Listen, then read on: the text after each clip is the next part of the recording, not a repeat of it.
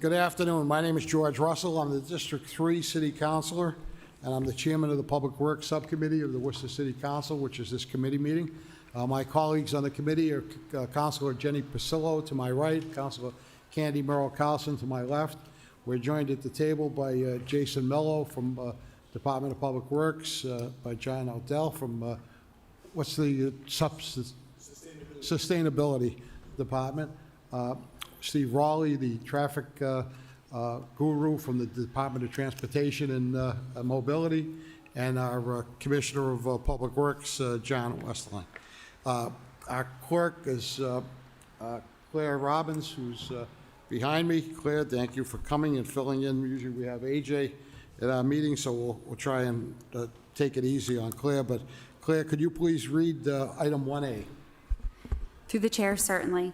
Pursuant to Chapter 20 of the Acts of 2021, and in order to ensure active public engagement, the City of Worcester currently allows for both in-person and remote participation at all City Council and Standing Committee meetings. To partake in the meeting, you may attend the meeting in person here at City Hall within the Esther Howland Chamber, or follow the link on the city's website to join via Zoom, or dial the direct line. If you are joined this evening by a Zoom meeting, you can raise your hand by dialing *9. The phone number for the Public Works Committee Zoom is 1-646-828-7666, and the access code is 161-599-2759. Okay, thank you, Madam Clerk. The second item of business is the approval of the minutes from our June 17th meeting. Roll call. Councilor Merrill Carlson? Yes. Councilor Pasillo? Yes. And Chairperson Councilor Russell. Yes. Okay, I'm going to, we've got an awful lot of items on the agenda tonight, but I want to try and move quickly through them if I may. We have a couple of honorary street petitions on. I'm going to call them separately, but I would ask if there are groups of people here on the items, if they could, try and get together and talk, see if you could get one or two people or whatever not to be repetitive so that we can move along through the agenda. The 3A, Mayor Joseph Petty and Councilor O'Hare request Gardner Street from Main Street to Hollis Street be given the honorary street name William Coleman III Way. Name and city of residence. Thank you. Fred Nathan Worcester. I think Bill Coleman did as much or more than any city councilor in the last 30 years. So it is very appropriate that we name a street after him. Hell, I would name the city of Worcester after him, if we could, but I don't think that would ever pass, because I think there would be issues with the state who would say, no, we can't, change the name of Worcester to Bill Coleman town or something. But I just want to say I am very happy as a private citizen to support this. I mean, thank you. To me, it's a no-brainer. But in closing, I just want to say, with all the items here about sidewalk repair and resurfacing, I hope the city can actually truly find the money and not make people wait 10 years. Thank you, Mr. Nathan. Anyone else on that item? Hearing none, I'll entertain a motion. Motion to approve, seconded by Councilor Pasillo. Roll call. Councilor Merrill Carlson? Yes. Councilor Pasillo? Yes. And Chairperson Councilor Russell. Yes, and just to remind people, just so there's no misunderstanding, these are honorary street names. They're not changing a name of a street. They're an honorary street name. It's a different colored placard that goes above the street, the formal street name. So anyone that has property on the street or lives on the street doesn't have to change their address or any other official thing. It's just an honorary nickname, if you will, of the street. Thank you for that clarity, Councilor. Item B is Councilor King and Councilor Hajii, on behalf of Worcester Black History Project, requests Winfield Street from Park Ave to Mason Street be given an honorary street name of Bethany Vinnie Way. Anyone here on that item? Okay. Anyone on the line, Madam Clerk? Through the chair, at this time, I do see residents online. I ask any residents online who would like to speak on item 3B to either raise their hand on the Zoom platform or dial *9 if you would like to speak on item 3B. Right, and those instructions go for any item as we go forward. And Madam Clerk, if you do see someone raise their hands, please interrupt me because I don't have that information in front of me. So I'm just going to keep Certainly the will meeting do. going unless you tell me someone is raising their hand. So we don't have anybody raising our hands, so I'll entertain a motion on this. Motion is made by Counsel Pasillo, second. Seconded by Counsel Merrill Carlson. All those, roll call, please. Counselor Merrill Carlson? Yes. Counselor Pasillo? Yes. And Chairperson Counselor Russell. Yes, okay. I heard a phone go off, so I'll remind people, if you do have a phone, please silence it in your pocket. Sidewalk resurfacing petitions. These I'm going to rattle off and take them in a group if I can. I think from what the clerk had told me, she saw there is someone here, Kevin Shea, on the sidewalk resurfacing on Willard. Is that correct? Yes. If you want to come to the microphone, that's item number, I'm going to take that out of order, 4M. Yes. Again, please silence the phone or leave the room. Thank you. Okay, what we'd like to do is have the sidewalk reconstructed, as well as the roadway. Okay. And this is on Willard. That's correct. Okay. And these, just so folks understand, on all these items, what we do is traditionally we add these to a list. And they almost always get added to the list. Then it comes to be the point where you need to talk to the district counselor and the other counselors about getting it prioritized to actually getting the work done in future budget cycles. So that's the way the system works. So we get them on the list first, and then the staff goes out, does an analysis. They come back with recommendations. They give us actually some kind of a reading as to the thickness and the need for the streets to be done. They come back to us with some recommendations, and the district councilors usually get in the car and go take a look at it themselves and try and prioritize it and try and get things done. So, but we always have, that much money, and we always have that much of a request. I understand. It hasn't been done in over 50 years, though, too. So Yep. I just want to, clarify that. I understand. think there were some other people that want to speak on this as well. And one thing I also want to mention, because I know there are many folks here on these items of streets, that just because it's being added to a list and awaiting funding, doesn't mean you should be putting up with a safety hazard. If there's a sidewalk that's a trip hazard, if there's a major pothole or just some work that needs to be done, that's the kind of thing that these types of petitions over the years, I've seen them kind of get lost in the shuffle because they put them in as a street resurfacing and they sit on the list waiting to be funded. But in the meantime, the DPW and the other city departments have a responsibility to take care of those things on an ongoing basis. Maybe not resurface the whole street, but they should be able to come and deal with a pothole or a trip hazard on a sidewalk and that kind of thing. So I would encourage you, if those types of things are, call 311, make that call, and 311 staff does an excellent job of following up on those to ask for those specific repairs, not complete resurfacing, but repairs. We have done that as well, just so you know, and it still needs to be, Resurfaced. again, Okay. all right. All right, thank you. As well as a safety hazard, so. Thank you very much. Anyone else on the same item on Willard Ave? Yes, I'm Robert Shea. Hi, Rob. I'd like to make a change on that listing there. It says resurfacing. It really needs reconstruction. Okay, resurfacing and reconstruction. Yeah. I'd like to just show a video. Someone could take this and pass it around. I don't know if we have that ability, though, because we're not only here, we're also being broadcast, so, Well, they don't have to see. yeah. I just wanted you to see it. You I can went grab down it, you to can Hill- grab it. I went George. down to Hillcroft, and they got a beautiful Yeah. street. Hit the arrow. That's a video, and then after that, there's 3 pictures of our street and our sidewalk. My neighbor next door, his mother bought the house in 1974. It has not been paved or The street hasn't been paved and the sidewalks haven't been done. I've had 2 operations this year, and both PT told me, do not go out and walk on your sidewalk, it's very dangerous. And This then is we that- have these water things sticking up. Swing to Is the that right the on chip that. seal type stuff? Is that what this was?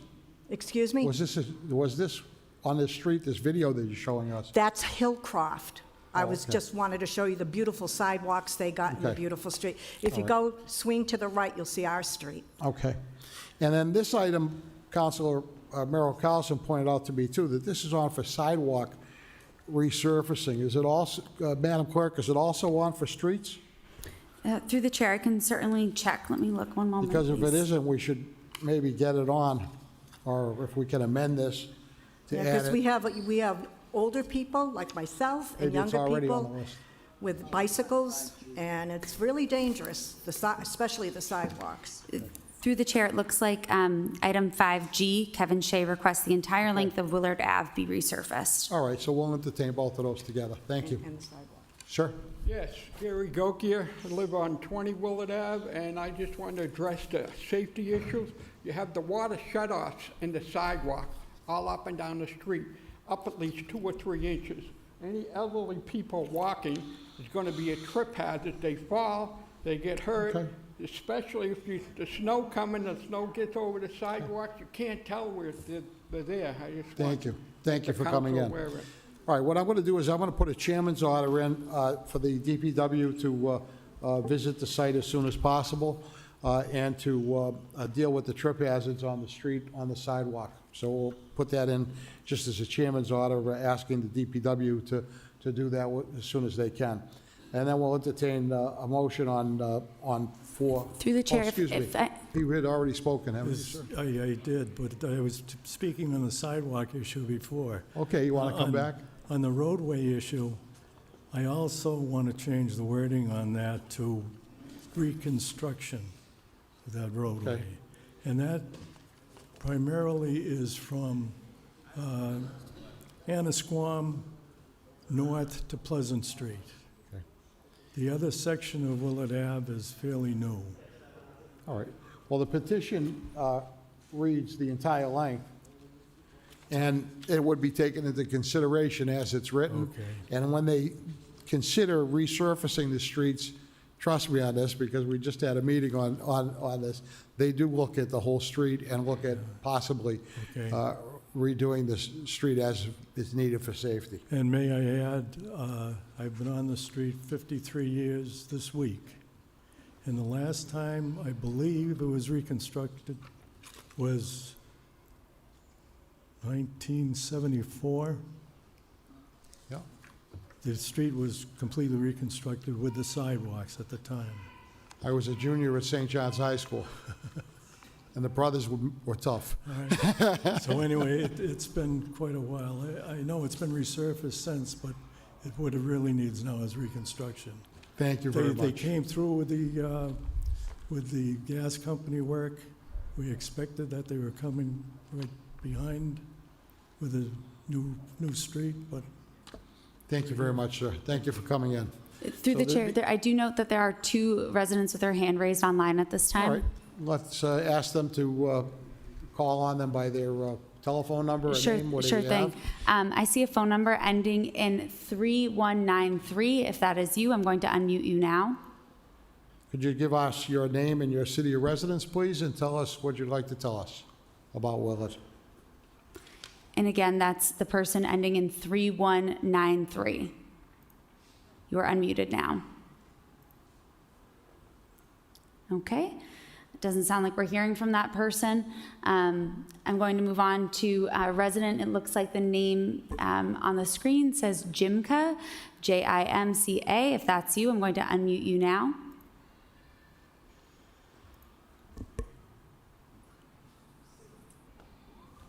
Yes, Jim Capizolo, 24 Willard Ave. Okay. Give us your testimony, sir. Yes, I'd like to add not just the elderly, which I am, have a danger on the sidewalks, but young kids like to play on the sidewalk, chasing balls and whatnot, riding their bike.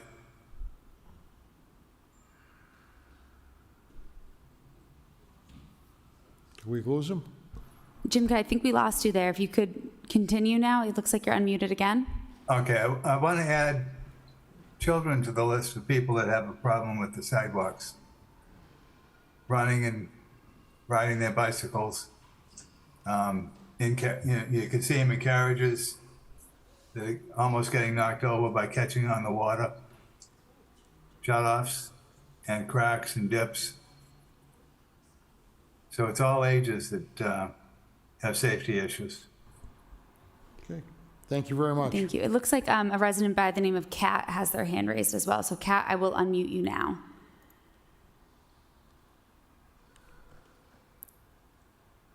Kat, if you could state your name and your reason for calling in. I'm calling in for research. First of all, can I have your name and city of residence, please? Cat Hastings, Worcester. Thank you. I'm waiting for, I'm just in line for 64 Burncoat Terrace Okay. and Barnard Road. Thank All you. right, thank you. We'll try and remember to go back to you. All right, so on these two items, on 4M, which is the sidewalk item, and 5G, which is the street item, roll call to add it to the list. Counselor Merrill Carlson? Yes. Counselor Pasillo? Yes.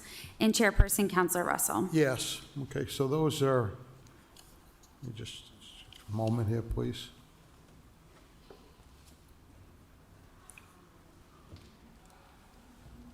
Okay, and then now we're going to go to, let me see here. I apologize for jumping around, but I want to get these folks, give them a break and let them, so they don't have to sit through the whole meeting. 4D, Councilor Pasillo and Councilor Bergman, on behalf of Rosenblum and others, request sidewalk resurfacing on Haviland. Hi, my name's Paula Rosenblum. I'm a resident of Haviland Street. Okay. Lived there for over 40 years, and all the time that I've been a resident on the street, the sidewalks have never been resurfaced. And I brought along some pictures to illustrate the issues that we have on the street. There's 8 photographs that show where. Excuse me, if you could just speak directly into the microphone. Sure. The issues that are clearly show that our sidewalks are not ADA compliant. There's some major lifting and cracks up and down the street. And what we're requesting is to have them reconstructed, to redone, not just a resurfacing.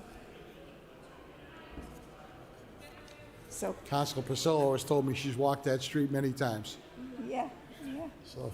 And she was gracious enough to come And again, and take a look at it. what we're going to do with these, like we do with all these, is we add them to the list. Hopefully, the council finds the money to do the work. But again, I'm going to do a chairman's order asking the Department of Public Works to look, to get someone over there to try and deal with the trip hazards immediately. And then with your permission, I'm going to hand the pictures over to the Commissioner of Public Works Yeah, so that he'll know absolutely. specifically what we're talking about. Yeah, and we have 2 other neighbors. Sure, if they'd like to be heard, go ahead. Hi, my name's Riley Markey, 17 Haviland Street. I just want to say I have 2 young children. They've both suffered minor injuries riding their scooters and bicycles because of the trip hazards. So please, let's get those resurfaced as soon as we can. Thank you. Thank you. Hello, Chuck Rosenblum, 9 Haviland Street. The sidewalks are a mess. It makes it really hard to clean them. You can't even use a snow blower. You know, they're really uneven. It just makes it puddled with ice. And with the school, you know, Doherty's open, there's kids walking, people walking all the time. Just very dangerous, so. Right. Thank you. Thank you so much for coming in, making the effort. All right, so we're going to add these, this 4D to the list. Roll call. Counselor Merrill Carlson? Yes. Counselor Pasillo? Yes. Chairperson Counselor Russell? Yes, and then the only other item that we have, that we've already got notice that people are here on is 4P, I believe, as in Paul. which is what we received an email on, that, Madam Clerk, Yes, through the could we chair. add that email to the record and announce who course. it was that had it, and maybe just read it, that quick sentence? Through the chair, certainly, I can add that to the record. This is item 4P as in Paul, Sarah Beth Jerome requests sidewalk. Is that the item you're speaking on? Yes. Okay. And through the chair, did you ask that I read the email? Yes. One moment, please. Well, I'll read it. It says, she sent along some pictures. It says, I spoke about the small sampling of them and not all imperfections, aside from the cracks, weeds, and things I object to the most, grossly patches on the sidewalk sections, where in front of one house, there are several indented circles in the middle and sloping areas where I suspect there might have been once trees.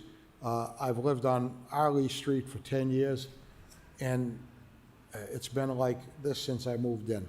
So what we're gonna do is add this to the list also, and ask for a chairman's order again for the DPW staff to take a look at that to deal with, and I'll pass the photos along to the Commissioner of Public Works. Mr. Chair, may I Sure. interrupt?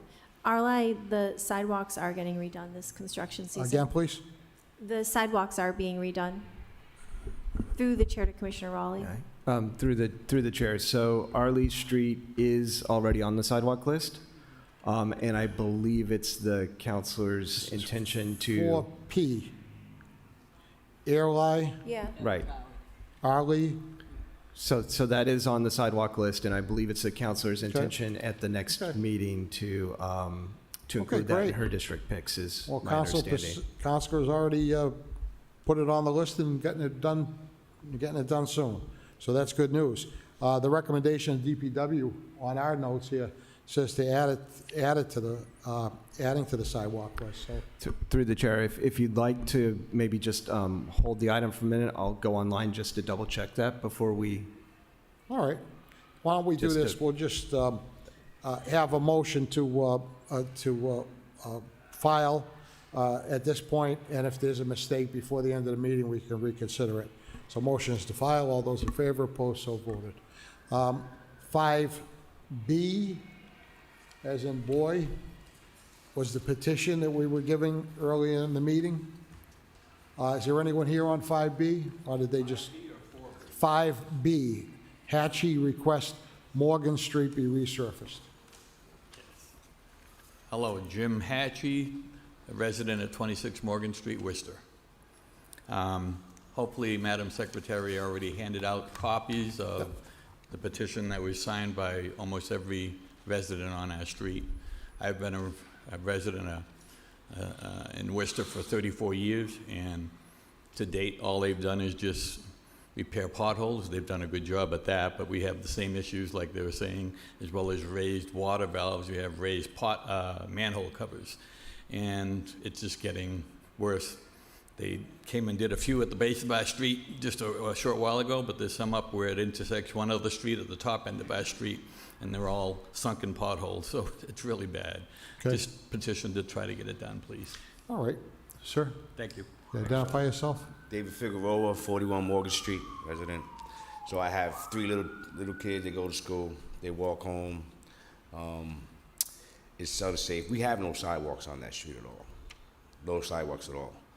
And they have to walk on the edge of the street just to get to and from school. You know what I mean?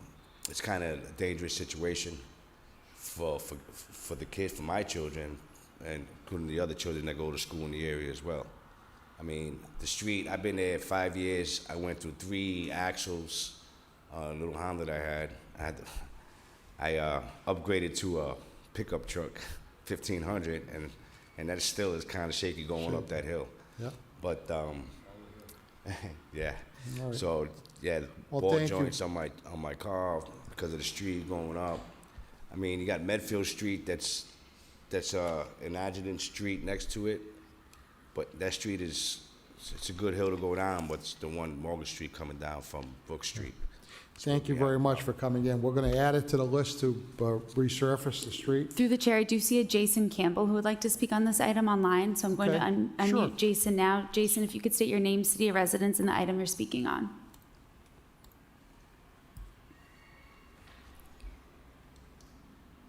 Sure. Jason Campbell. I'm also a resident of Morgan Street. And just wanted to echo my neighbor's comments on this one, and also just point out there's a pretty steep hill that goes up the street. And it's not uncommon for us to pass people on the wrong side of the street coming down or up the hill in order to avoid the potholes. So it does create a safety issue there. And of course, all the other things that my neighbors pointed out. And that's all. Thank you very much for calling in. We appreciate it. I'll do a chairman's order to request the DPW to visit the street as soon as possible and repair any potholes or any other immediate repairs that can be done, and to add it to the list. The comment was made about the sidewalks. To do a sidewalk where there isn't a sidewalk now, you would have to put a petition in separately, and then they'd have a separate hearing on that. And not only that, but the policy of the city is to charge people to put a sidewalk in, and there might be a situation where they might actually have to take land. So they'd have to do all kinds of engineering work to do, even to begin to tell you what the cost would be if or if it's even feasible. So if you'd like to put that petition in, either directly in the clerk's office or through one of the city councilors, you're welcome to do that, and we can entertain that at a later time. But at this point, what we're going to do is put this in for resurfacing, and we're going to ask the Public Works Department to get out there sometime as soon as possible to take a look at potholes and any immediate repairs that can be done. So on that item, on 5B, which was the only other item that we had here for resident input, roll call. Councilor Carlson? Yes. Councilor Pasillo? Yes. And Chairperson Councilor Russell. Thank you, yes. All right, now I'm going to get back to the agenda and go down the list of items that we have in order. Again, these are sidewalk repair resurfacing items. They're all going to be added to the list unless they're already on the list. So I'm going to just call off who put the petition in and what streets they're on. 4A is Councilor Pasillo for Neptune Road. 4B is petitioner Clayton Norling for this curb in front of 586 Salisbury. 4C is Angelo Dagnello, requests sidewalk repair at 159 King Philip Road. 4E is Stephen Calagris II, requests sidewalk on Colonial Road be repaired. Again, we're going to add that to the list. F is Paul Belton, requests to end the two driveways. Let me read this one clearly. Paul Belton requests the end of two driveways at 471 and 473 Mill Street be repaired. So he's looking for redoing the sidewalks in that area. G, which is Paul Belton, also requests a sidewalk in front of 117 South Ludlow and 125 South Ludlow Street. H, Robert Bellata requests installation of an ADA curb, ramps, and raised cross vicinity in the vicinity of 16 Laurel Street. I, Councilor Merrill Carlson, requests the grass strip on the sidewalk of Capera Road in the vicinity of 37 Granby Road be widened for the purposes of planting a tree location. J, Councilor Merrill Carlson again, on behalf of Hastings, requests resurfacing on Burncoat Terrace. K, again, Councilor Merrill Carlson, on behalf of Hastings again, for sidewalk resurfacing on Barnett Road. L, Councilor Merrill Carlson, on behalf of James McCoy, requests a repair on the even side of Davidson Road. that addresses a number of raised water or gas valves along the sidewalk. I'm also going to do a chairman's order on Davidson Road to have someone look at that for trip hazards right now on Davidson Road. N, Councilor Pasillo requests Brattle Street be resurfaced. O, Brian Tremble requests Wamasuter Ave sidewalks be resurfaced. Q, Councilor Hajii, on behalf of Maria Kaplanis, requests sidewalk repair in front of 15 Combs Road. R, Councilor O'Hare requests sidewalk resurfacing on Oxford Street. S, Austin Tepsic, I apologize if I'm killing some of these names, but I'm doing the best I can with them, request sidewalk resurfacing on Herbert Lane between Hadwin Lane and Hadwin Road. T, Martha Dolan requests sidewalk in front of 387 May Street be repaved. U, Tony Economo, on behalf of Lewis Clark, requests sidewalk and driveway apron repair in front of 389 May Street. V, Charles Davis requests the curb in front of 82 and 86 Whitmarsh be replaced. That one we're going to give a leave to withdraw, and the reason is because it was already in committee. Through the chair, if I may, we have several folks with their hands raised at this time. I'm not sure if you'd like to wait, or if you'd like to hear from Well, I did them all. Those are all the sidewalk ones.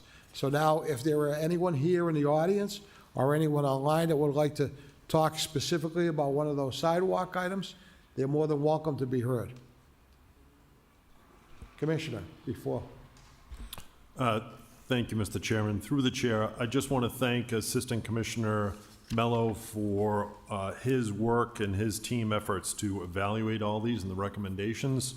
And I also want to set the expectations. All the work that's proposed here is about $1.7 million worth of sidewalk work. So it's important that I reiterate what you said earlier, that even though these were added to a list, it's important that these folks speak to their counselors to get the money funded and get these prioritized, because $1.7 million the DPW doesn't have right now for these projects. So it's important to understand and set the expectations that these are important to us. We will work on these, but the funding has to come forward. Right. And also, I would reiterate or repeat what I said earlier about calling 311 or sending an email to 311@worcesterma.gov.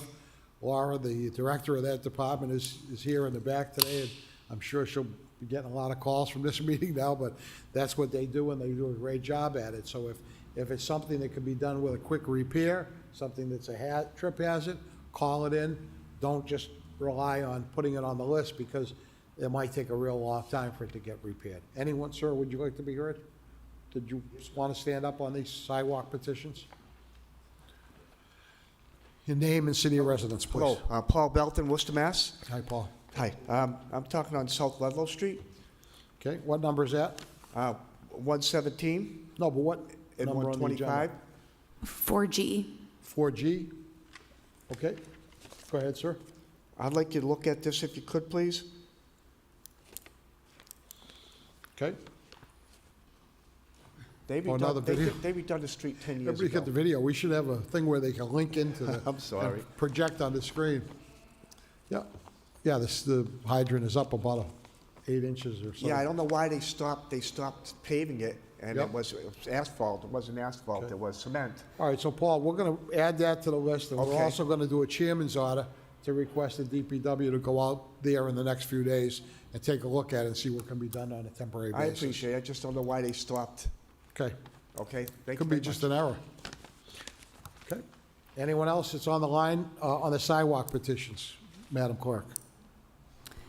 Through the chair, we do have, like I said, 5 callers on the line that would like to speak regarding sidewalks, if you'd like me to unmute them. Okay.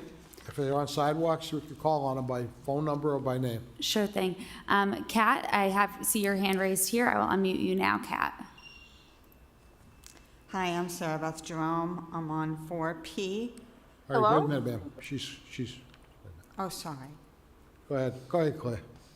This is, who's supposed to talk next? Kat, go ahead.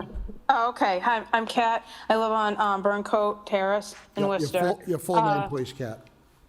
Kat Hastings. Okay, thank you. And what number, what item are you calling on? I don't know what the item number is. It's Burncoat and Barnard. Okay, Sometimes people need to walk in the street because the sidewalks are not safe to walk on. okay. So if they can have somebody come down and take a look and to see what they could repair now, that would be great.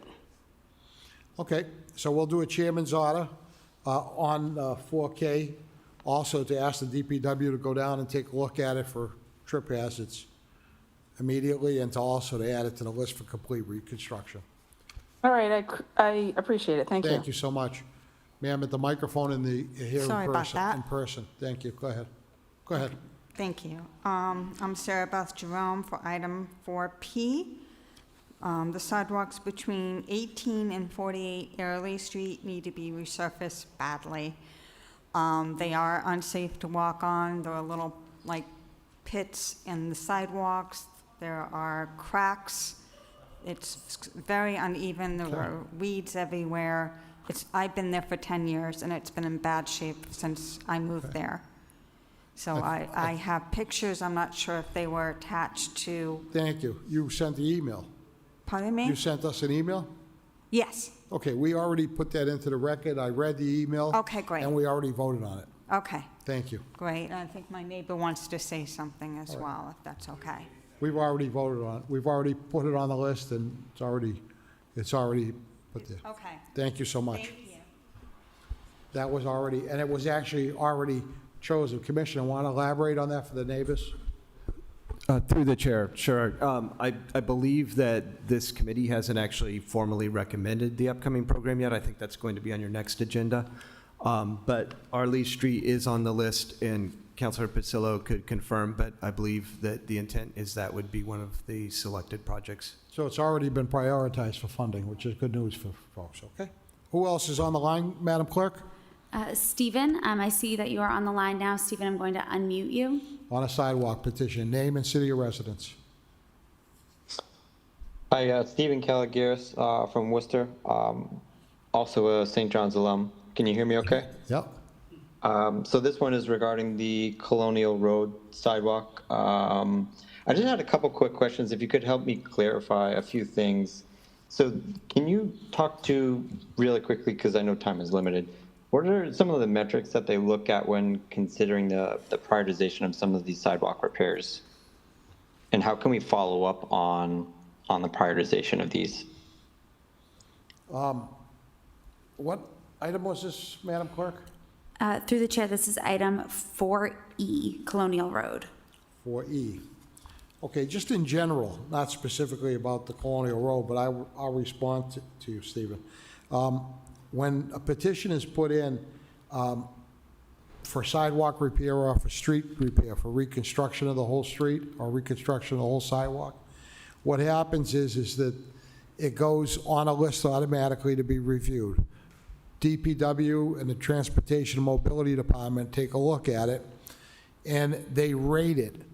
And they rate it as, they put a number as to what the condition of it is. And then they provide those numbers and that recommendation, if you will, to the city council for recommendations. The district councilors usually play the lead role in choosing which ones that are going to be prioritized. But I know myself, being a district councilor in my area for 14 years, I've always relied heavily on the recommendations of the department because they tell me which ones are worse. And then we try to do what we can, but we always have, requests for a whole lot more money than what we have available. Hopefully that answers your question. So that's the long answer. The short answer is have a conversation with your district councilor, and if there is something there that needs to be repaired immediately, feel free to call 311 and request that repair. Okay? Anyone else on the line, Madam Clerk? Through the chair, I see somebody by the name of McCoy. McCoy, I will unmute you now. Name and city of residence and the item you're calling on. Unfortunately, I don't have the item number. My name is Jim Jim McCoy. McCoy from 6 Davidson Road. I want to thank you for the chairman's order on that topic.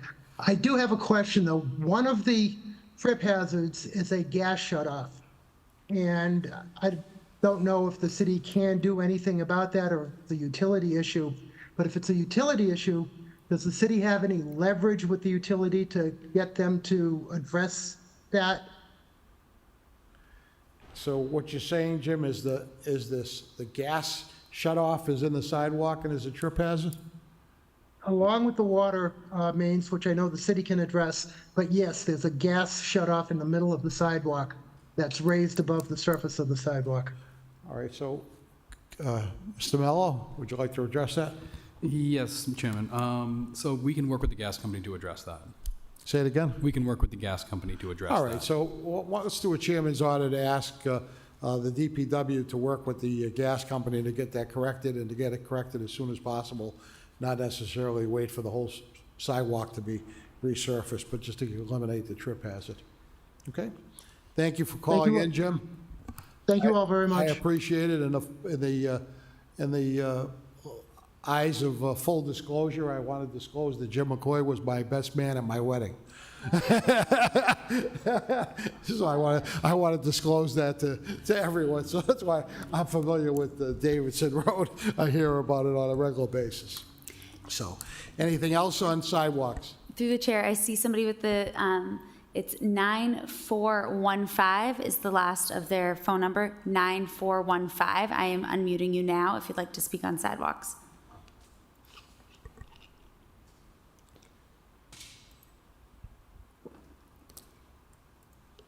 Yes. Yeah, we can hear you now. If you can state, yes, you Name can. and city residence, please, and the item you're calling on. Clay Norling at 586 Salisbury Street in regards to getting some asphalt curbing in front of my house. My lawn continually washes away. I've been calling the DPW probably for the last 6 to 7 years, asking for some help. I keep getting told that there's work being done in the area and somebody will come and look at it, and nothing has been done. This is Susan Norling, and this is the issue is there was road work that was done quite some time ago, probably, if I had to guess, about 10 years. And when they did the road work, they basically took out the berm that was there for, I don't know, what did you say, 100, 150 yards? There's roughly 150 feet of asphalt curbing that was removed and never put back. And they increased the crown in the road. So every time we have a heavy rain event, we have more rainwater washing our lawn away. And was this work done by the city of Worcester, or was it done by a private contractor at some point and it wasn't done right? That was a private contractor. Okay, so what I'm going to do is a chairman's order asking Mr. Mello or Commissioner Westerling to look into this item and to follow, maybe you could call the DPW office and follow up with Assistant Commissioner Jason Mello and have a conversation with him. Because if it was done by a private contractor, depending on how long ago it was done, if it wasn't done right, maybe they could call that contractor in to do that repair. Yeah, because all of the edging, like where the grass would normally meet, like the berm, it's all like, even the road, it's all like, the road is eroding too because of all the water, and there's nothing there stopping it. And there's curbing on the other side of the street, but where they dug up for whatever reason, they never put it back on. And the recommendation is from the staff, and the recommendation that we're voting on is to actually to install the curb, but it's a matter of getting it funded. So if there's a matter of getting the contractor that did the work there at some point in time, if they could repair their work, maybe we can get them to do it. But one way or the other, we're gonna move in the affirmative on it. Thank you for calling in. Through the chair, the last person I see with their hand raised at this time, the last four is 3193. If your phone number ends in 3193, I'm unmuting you now.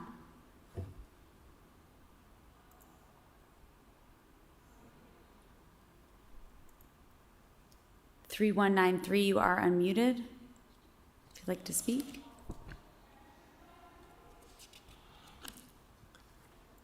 All right.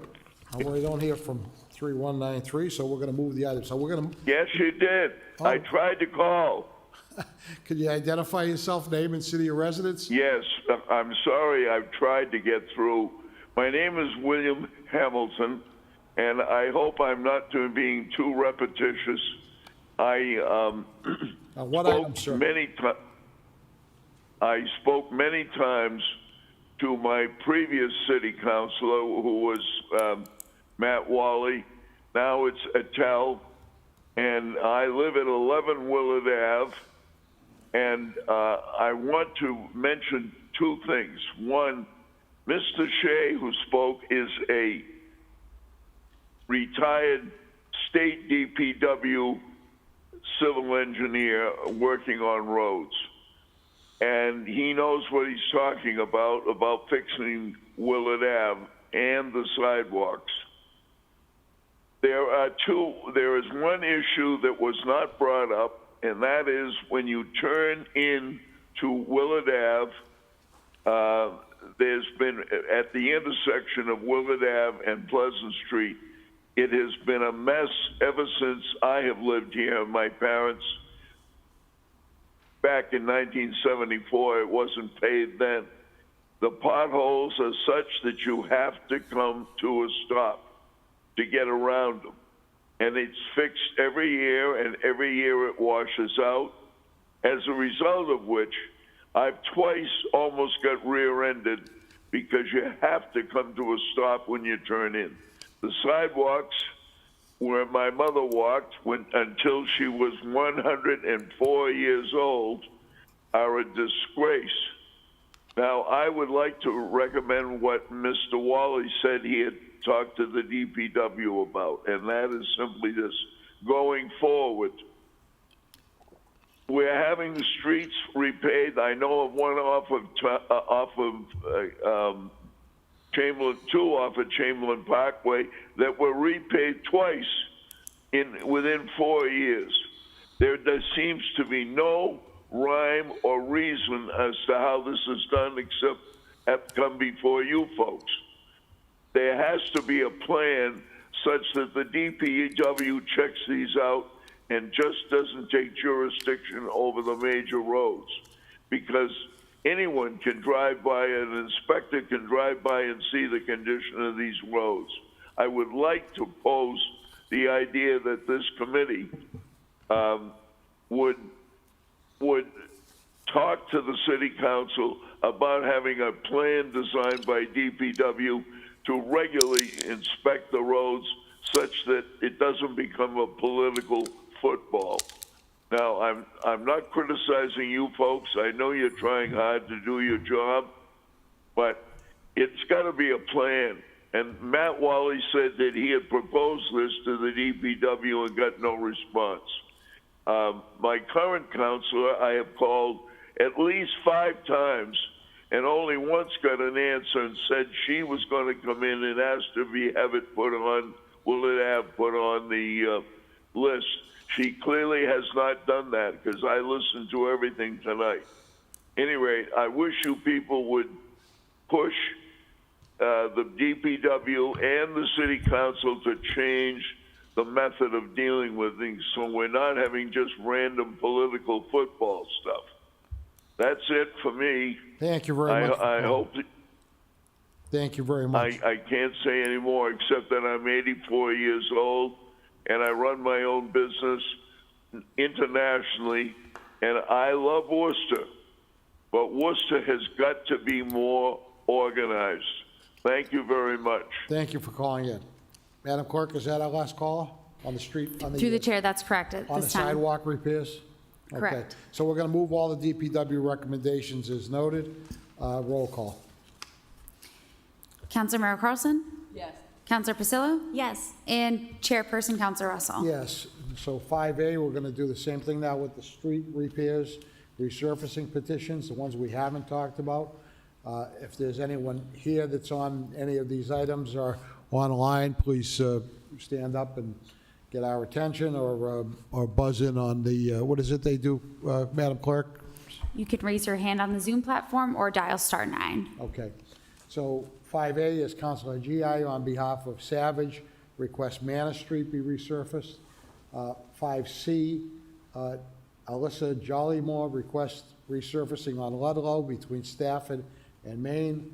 D is Tiffany Owusu, requests street resurfacing on Sagamore. E is Councilor Pasillo on behalf of Mark Jakes, request Hapgood Road be resurfaced. F, Councilor Pasillo again on behalf of Mark Jakes, request Romella, Council? Romella Road be resurfaced. H, Councilor GI on behalf of Stephen Antonelli, request Beaconsfield Road be resurfaced. I, Ina Druley, I believe, request Dayton Street be resurfaced. That one we're going to have a recommended to leave to withdraw. Why is that?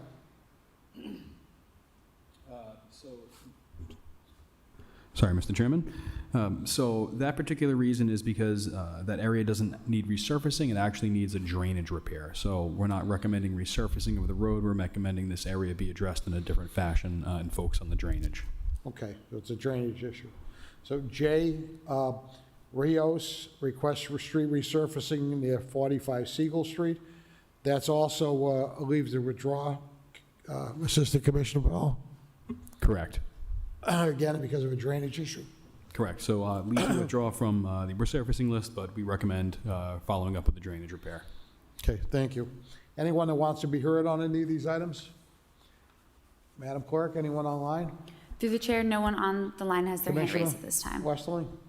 Thank you, Mr. Chairman. I just want to set the expectations again and thank the engineering division for putting together the estimates. There's about $6 million worth of road work here. Yep. So depending upon how this group votes, even if they all make it, again, it's important that these petitioners reach out to your council member to secure the funding to get us to that $6 million point. Right, and in the 14 years that I've been on the city council, I don't think we've had an increase in that money that has gone toward the district councilors picking these side street repairs. So it's something that we should also be talking to the administration about putting money in that pot for the side streets, because that's not there. So we're gonna move all the DPW recommendations on all of number 5s. Roll call. Councilor Mayor Carlson? Yes. Councilor Pasillo? Yes. And Chairperson Councilor Russell. Yes. 6A, Attorney Don O'Neill, on behalf of THAPA, request for extension of sanitary surface sewer mains on Marmion Ave from their current terminus northerly distance of 127 feet, sanitary main at 117 feet. Counselor. Good evening, Mr. Chairman, members of the board. Donald O'Neill, I'm a lawyer here in Worcester, here this evening on behalf of Suhan Thapa, in connection with this request to extend the sewer, both sanitary and surface, in Marmion Ave. We did go to the planning board and obtained site plan approval, had submitted plans in that process to DPW, and it's my understanding that they have reviewed those and have approved the request from a technical basis. So it asks that you recommend that we be allowed to do this work, and of course it would be done at the applicant's expense to the City of Worcester standards. Thank you. Anyone else who'd like to be heard on this item? Nobody online? Assistant Commissioner or Commissioner, would you like to elaborate? I know your recommendation is to approve at the work at the applicant's expense. Any other conditions or anything else you want to add to this? Nope, I just wanted to take a moment to elaborate on some of what Commissioner Westerling has offered tonight. The engineering team prepared close to 40. Talk right into that if you can. Yeah. The engineering team prepared close to 40 petitions in about a 15-day period, so I just want to make sure that my team actually receives the recognition they deserve for this. It was really their effort, and that's allowing me to speak on these things. Thank you.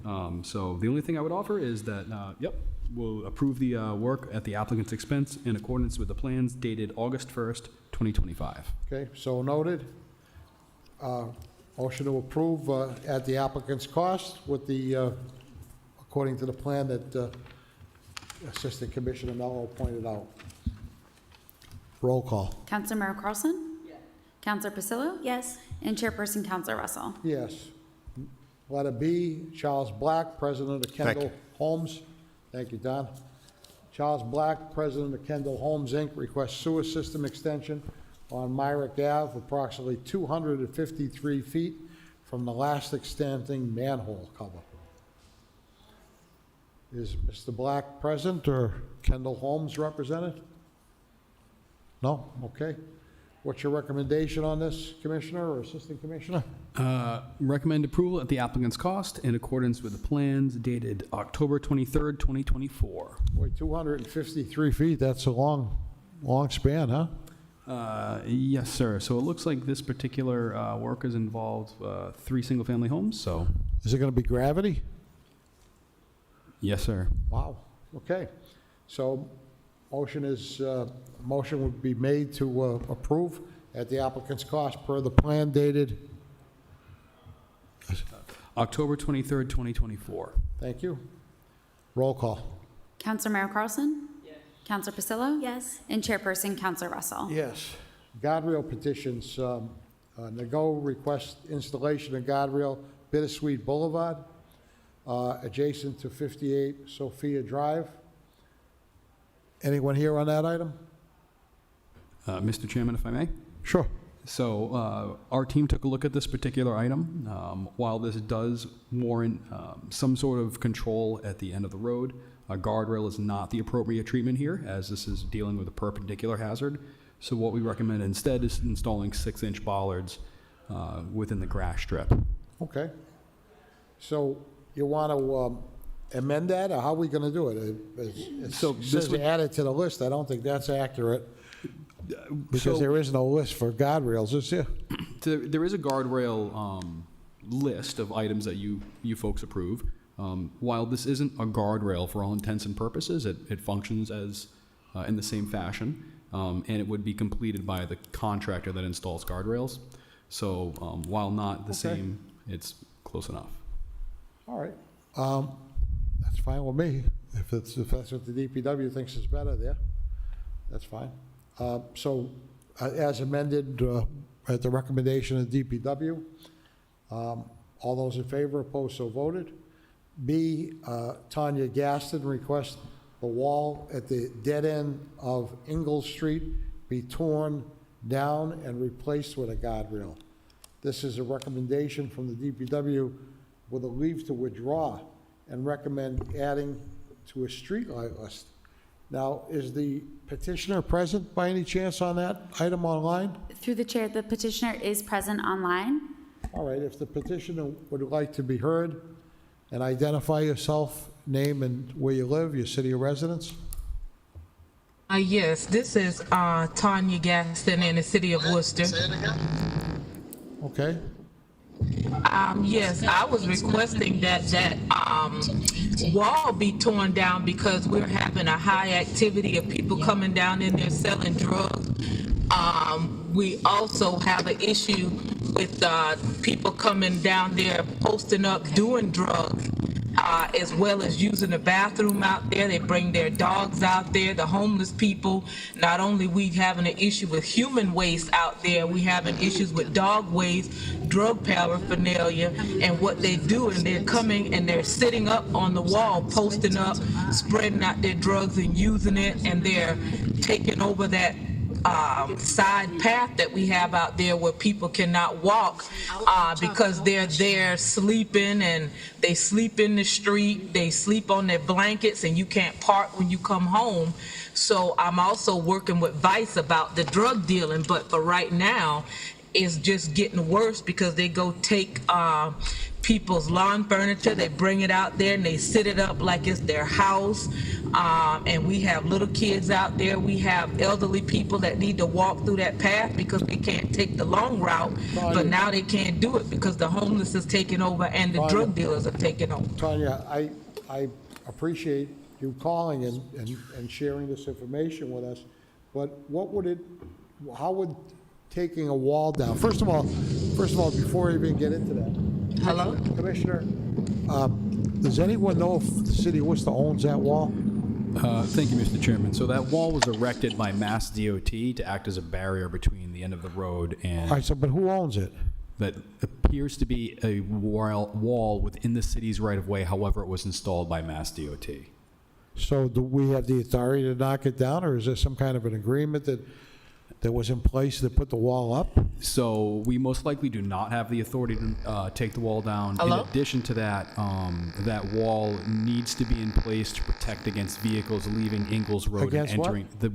That particular wall needs to be in place to protect against vehicles leaving Ingalls Road and entering I-290. Oh, it's meant to stop traffic from going Correct. through. And it's a wall, not just a guardrail? So, this is a convenient point to talk about this. Guardrails are not designed to protect against a perpendicular strike. So the strike that happens like this. A guardrail is for a glancing bow, a parallel strike, like you would experience on a highway if a vehicle to leave the roadway. So at this particular situation, a guardrail would be trying to prevent against a perpendicular strike. It would not be able to withstand a vehicle going through it, and that vehicle would enter 290, hence the reason a wall is there. Okay, so you're saying we don't have the authority to take the wall down anyway? No, and from an engineering standpoint, we would recommend against it. Okay, so, and your recommendation is to put up a streetlight in this area?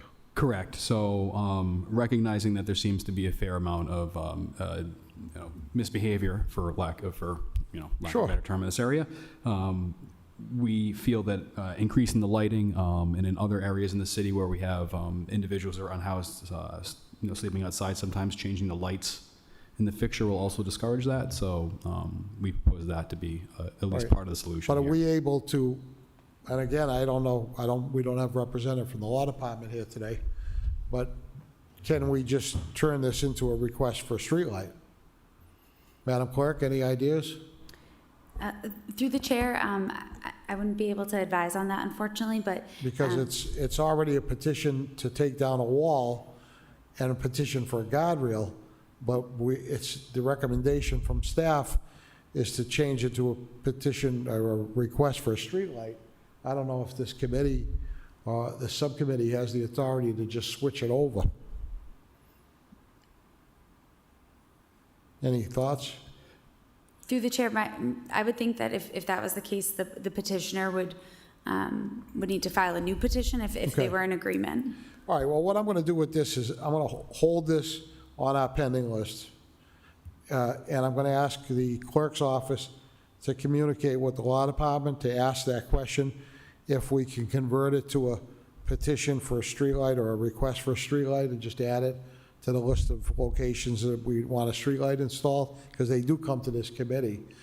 But I wonder if it can be initiated by us and ask the law department for that. Maybe the clerk's office could tell us for the next meeting, and we can leave it on the agenda. As far as the dealing with folks that are not acting properly and that are unhoused or in that area that shouldn't be there, I would also do a chairman's order asking the city manager's office specifically to go down there as soon as possible and interact with the people that are there and try to find assistance for the folks that may need assistance, and try to provide the quality of life team and the health department team to go down and to do whatever they can to alleviate the concerns of the neighbors and provide assistance to those folks that may be in that area. So I'll do that in the form of a chairman's order, and we're going to hold the item. Next motion, all those in favor, opposed, so voted. C, Otto Marcina requests the installation of a guardrail in front of 586 Grafton Street. Recommend a leave to withdraw. What's your recommendation on that, Mr. Mello? Thank you, Mr. Chairman. So we took a look at this location, and when we look at guardrail locations that appear that a guardrail may be warranted, we use a guardrail warrant, and this runs through 5 or 6 different scenarios which may show a guardrail be necessary. In this particular case, this location did not pass any of the warrants, therefore we do not recommend the installation of a guardrail. Okay. I'm just trying to see where it is. Everybody else had a cell phone and a tablet today. Why not let us figure it out ourselves, right, by looking at this? Yeah, this doesn't seem like a steep area. It just seems, is it a curve? There's a slight curve there, nothing that would warrant a guardrail. Okay, does the petitioner call in by any chance, Madam Clerk? Anybody else left on the line, or are we all done with it? Through the chair, unfortunately, I don't see the petitioner online at this time. Again, please? I do not see the petitioner online. Okay, so there's no one else online? Okay, so the recommendation is leave to withdraw. Any discussion? All those in favor of the DPW recommendation, opposed, so voted. Miscellaneous items, Councilor Pasillo requests installation of no littering signage that includes littering fee costs along Lincoln Street. Councilor Pasillo? As it reads. Okay, what's the recommendation? What can we do with this? Can this get done, Commissioner? Yes. Okay. Motion is to approve. All those in favor, opposed, so voted. B, Amy Pagan requests the installation of no littering signage on Shelby. Again, motion to approve. All those in favor, opposed, so voted. The next item, that Laura has patiently waited here for, and we apologize for your wait, Laura. The Councilor Russell requests the Standing Committee of Public Works to host a discussion of Public Works and Parks, as well as other appropriate department heads associated with 311 to review the city's current snow operations. Said discussion will include what, if anything, needs to be done to improve said operations. We had this in committee in January. The last time we had it, we had waited for snow. So this time we're trying to ask in advance. Commissioner, are we going to have enough equipment? Do we have enough money? Through the chair. All those kinds of questions. Through the chair. It's been my goal since I started to make sure that we were better positioned to be able to fight snow this winter. And the city does have a dedicated team of professionals that are working to that end. So I offer the following 10 things that we've been doing, and you can ask for details at the end or interrupt me as I'm going along. But we are rebuilding our Vizsla weather station system. The city historically has used these, but last year none of them were working. So we didn't have any weather stations to be able to help us predict the weather or understand what was happening on the road. So we're going to be rebuilding those. We're rebuilding our brine system to accommodate blending and proper pre-treatment of our roads. This will allow us to blend in magnesium chloride with our salt and also spread the brine as a pre-treatment and also during storms. We're having UMass Amherst come out to teach us how to calibrate our sanders to make sure that all of the sanders that are out there spreading salt are putting down the minimum required and not over salting the roads. We're updating our plow rates to be competitive with Mass DOT and surrounding municipalities to try to attract new vendors, but also to keep the vendors that we have. We are emailing private plow contractors to secure returning vendors and attract new contractors. We'll be placing an ad on the radio to solicit new plow contractors. We're going to be spreading out information on our social media, advertising that we are looking for contractors. We have lined up 3 contracts with 3 different salt providers so that we'll be prepared and be able to purchase salt from not just the primary, but also secondary and third contractors should they be running low. We are having an engineer evaluate the Clark Street salt shed so that we can do temporary repairs to that so that it will stand through the winter. And finally, we are doing vehicle preparation to make sure that our vehicles have the chains they need, the plows they need, and the plow edges. So those are all of the steps that we've taken thus far and will continue to take until those first flakes fall. Last year, did we have excess in funds, or did we run short? I can't speak to last year. I came in at the end of this winter, Mr. Chairman. But we had the funds to get us through. We have the ability to overspend our appropriation in emergency situations, and every snowstorm and ice storm is an emergency situation. So the city was able to provide the funding that we needed throughout the season. Okay. Laura, if you'd like to join us up here, if you'd want, or come to the microphone, whichever you feel more comfortable with. Laura runs the 311 office, I know, so for those who don't know her that might be watching us on video or at home, Laura, I'll ask you the same questions. Are we ready? We are. The 311, you're the other one that handles all the complaints and the requests for service and feeds them to DPW, your staff, so I ask you the same question. Yep, we're fully Right staffed. in the microphone. Oh, sorry. We're fully staffed. We'll have our 799 Main Street available for walk-ins and Coppage Drive. We also have, we've been working with some of the DPW folks to improve our communication, making sure that all the 311 staff are using appropriate categories for what is truly needed to get the requests processed quickly. And we have been approved for our overtime. So we are ready. Who makes the decision of when 311 stays open?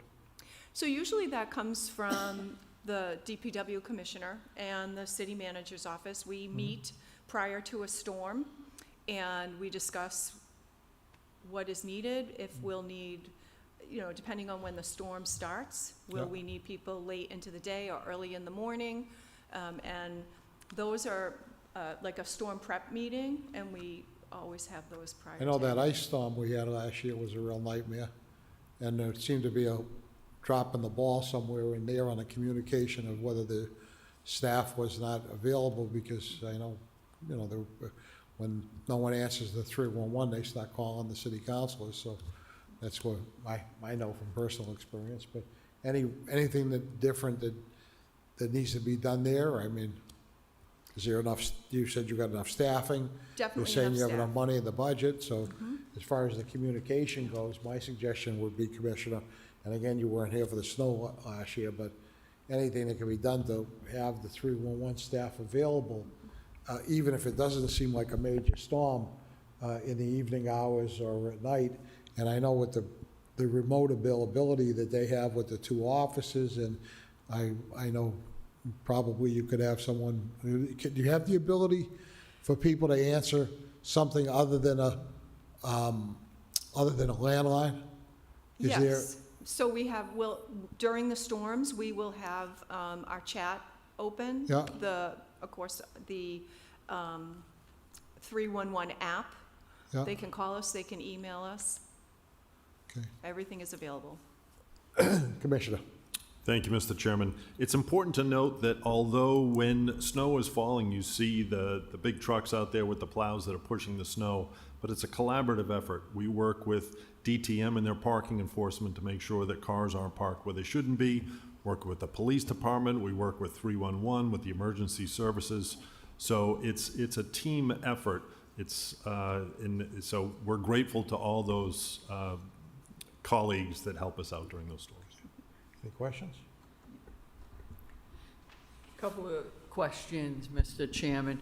I know the last couple of years, we've been short of staff, number one. The second piece is we were very short on contractors. How do we stand this year here going into the winter in terms of staff at DPW for availability for the upcoming winter?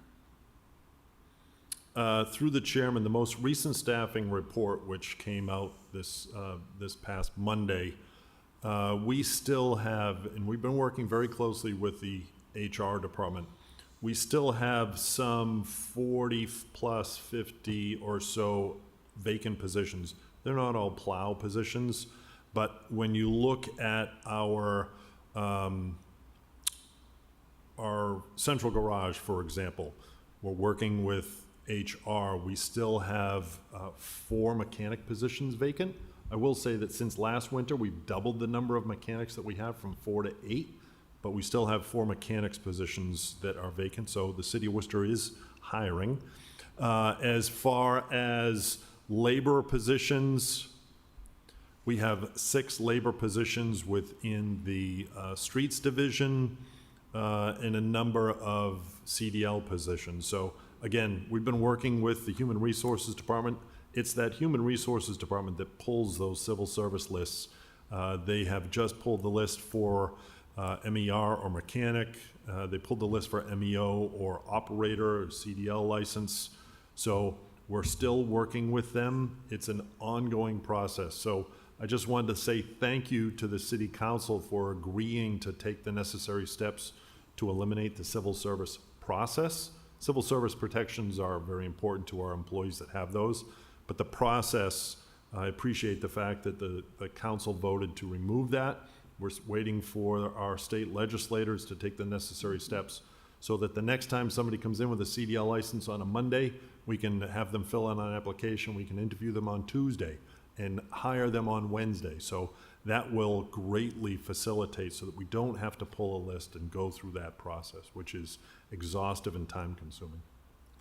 So, again, Mr. Chairman, what I'm trying to find out is, are we at the same staffing level today that we were last year at this time? Because that's what got us into trouble last winter. So I know that we've done a ton of work with hiring, and I appreciate that. But if we don't have the proper staff for putting the men and women on these trucks during a snowstorm, I don't think that that's what, at least in my mind, that's the reason we asked for this item to be on the agenda, because where are we as a city? Are we down by 10 individuals that would be on the trucks plowing and sanding? Are we down 20? Are we down 5? Are we down 2? What's the number one, in that area? And then number 2 is, I know that last year we were nowhere close to what we needed in terms of outside contractors. So I heard you say that you're looking at this point for the outside contractors, but where do we sit today with those outside contractors? And more importantly, right now for us is, where do we sit in terms of numbers? What are we down for men and women on the trucks if we should get a snowstorm November 1st? Through the chair, let's hope that that snow doesn't come November 1st, but we will be ready. I appreciate your question. 2 things. Number 1, I would say that we're down probably, I don't have a specific number, but we're probably down pushing 10 people in streets, water, and sewer as far as CDL, so that's why it's important that that list was just pulled. We are in a better position this year than we were last year, but we're still not fully staffed. And again, DPW is hiring, so we're looking for folks.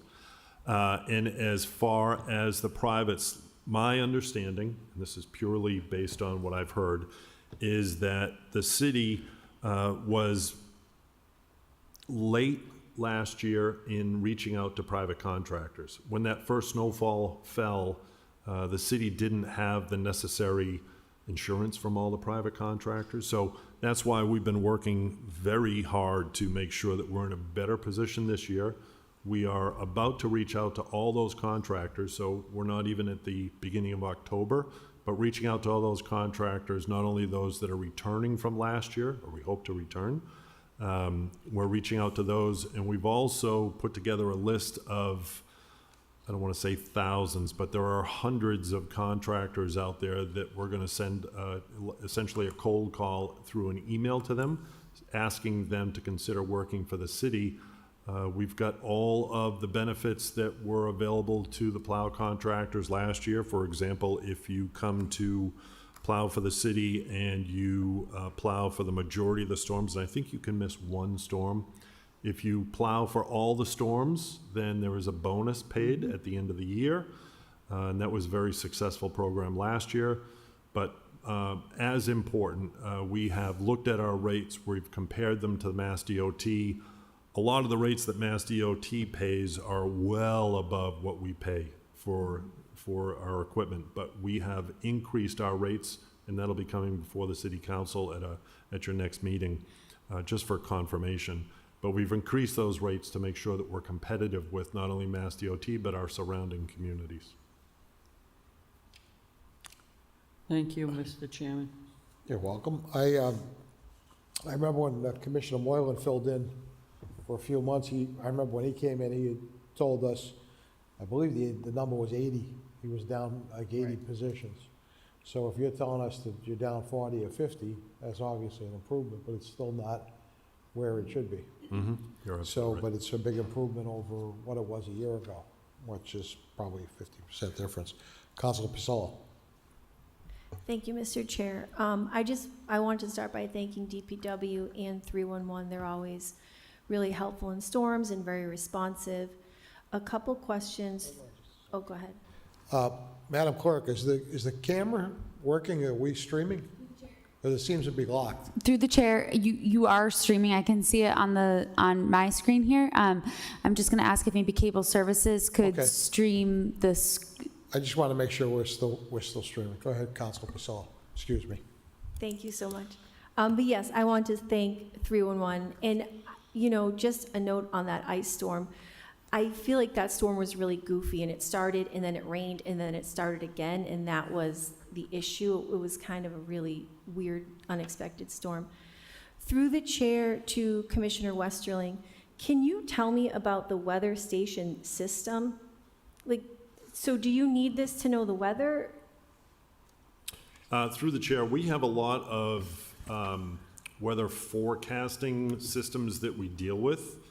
We use Tomorrow.io and a couple of others. So those are good for meteorological, what's going to be coming into New England, right, on a general sense. We also rely on the local news channels and their weather forecasts. But these weather stations, there were four 2 years ago, I'll say, four last year. Two of them were in need of repair, but none of them were operational. The city didn't pay to have those functioning. And what these do is, for example, at the intersection of Belmont and Plantation Street, we have one. It provides a live video feed. It provides roadway temperature. It provides humidity and temperature, wind speed and direction. So all of these things help when we are in our storm center looking to find out, well, what's the temperature of the road? Is it above 32 or below 32? And that you can't get from a meteorological forecast. You can't get that from Channel 5. So these are very helpful. We've got 4 out there now that are full stations that provide all that. We're going to be adding 2 more at strategic locations so that when we are looking, and these are at the different parts of the city that experience different weather patterns, if you will. For example, the weather here on Main Street is different than it is up at the airport. So this will help us to determine, we've got to watch the temperature is dropping from 33 to 31 on Belmont Street, as an example. We better get out there and spread our de-icing chemicals. So none of these were operational last year. So the team didn't have all the necessary tools that would help them to make those decisions. Thank you so much. That is really, really interesting. And I just have one more question. Go ahead. What's the timeline on the civil service with the state legislature? I can't even recall when we approved it. Through the chair, the state legislature has had that. We are working through the city manager's office to encourage them to stress the importance to our operations here. But we could use any help in getting that completed. The union has agreed to it, the city council has agreed to it, so there's no obstacles that I'm aware of that would prevent the state legislature from taking that necessary vote. But how long have they had it for, like months, or when did they get Through the it? chair, honestly, I don't know when they received it. It's been that long, Wow. You've had it for a year. for a year. Okay. That would be helpful if they could get that going. Thank you so much, Mr. Chair. Yep. Thank you. Anything else on snow operations? Hearing none, we'll file this item. All those in favor, opposed, so voted. Communications to the city manager, transmitting informational communication relative to the responsibilities of the DPW and the Transportation and Mobility Department. Any questions or comments on this? I see. So, Go ahead. Councilor Merrill-Castle. so, this is always a pretty complex subject, with streets and sidewalks. I think, Well, this, just to be clear, this is the transmitting the information, communication relative to the two departments, not the if you want to take the second item, we can take them together if you want. that's fine, but I believe that they both go together. Okay, so let's take this B also, transmitting information, communication relative to the street sidewalk construction progress. So the construction progress report is about sidewalks, and it is about streets. Okay? And my question to Mr. Raleigh, and obviously there's an overlap with DPW. We received a report a couple of weeks ago, which clearly, from the auditor's perspective, we are way behind in our streets and sidewalks that have been completed, according to the audit that came out.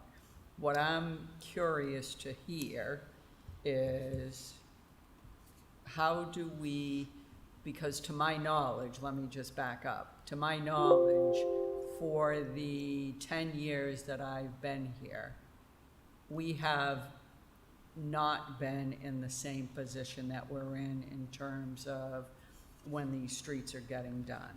So typically when they were picked and that was all messed up and we finally got that straightened out, how that was rolling out and taking place. In your professional opinion, when do you see us getting back on track of when the streets are chosen, picked, and the sidewalks are chosen and picked? Normally, when they say it'll be done in next year's construction cycle, those are completed. They historically haven't run into the next year's or the next year or the 3 years out. Commissioner? Through the chair, I'd be happy to start with the response and then invite Commissioner Westerling to also weigh in on this. So I think there's a couple of different issues, and we're actually sort of straying into another agenda item too, which is the pavement management system and how that's intended to help with the sort of advanced planning that should occur before projects roll forward.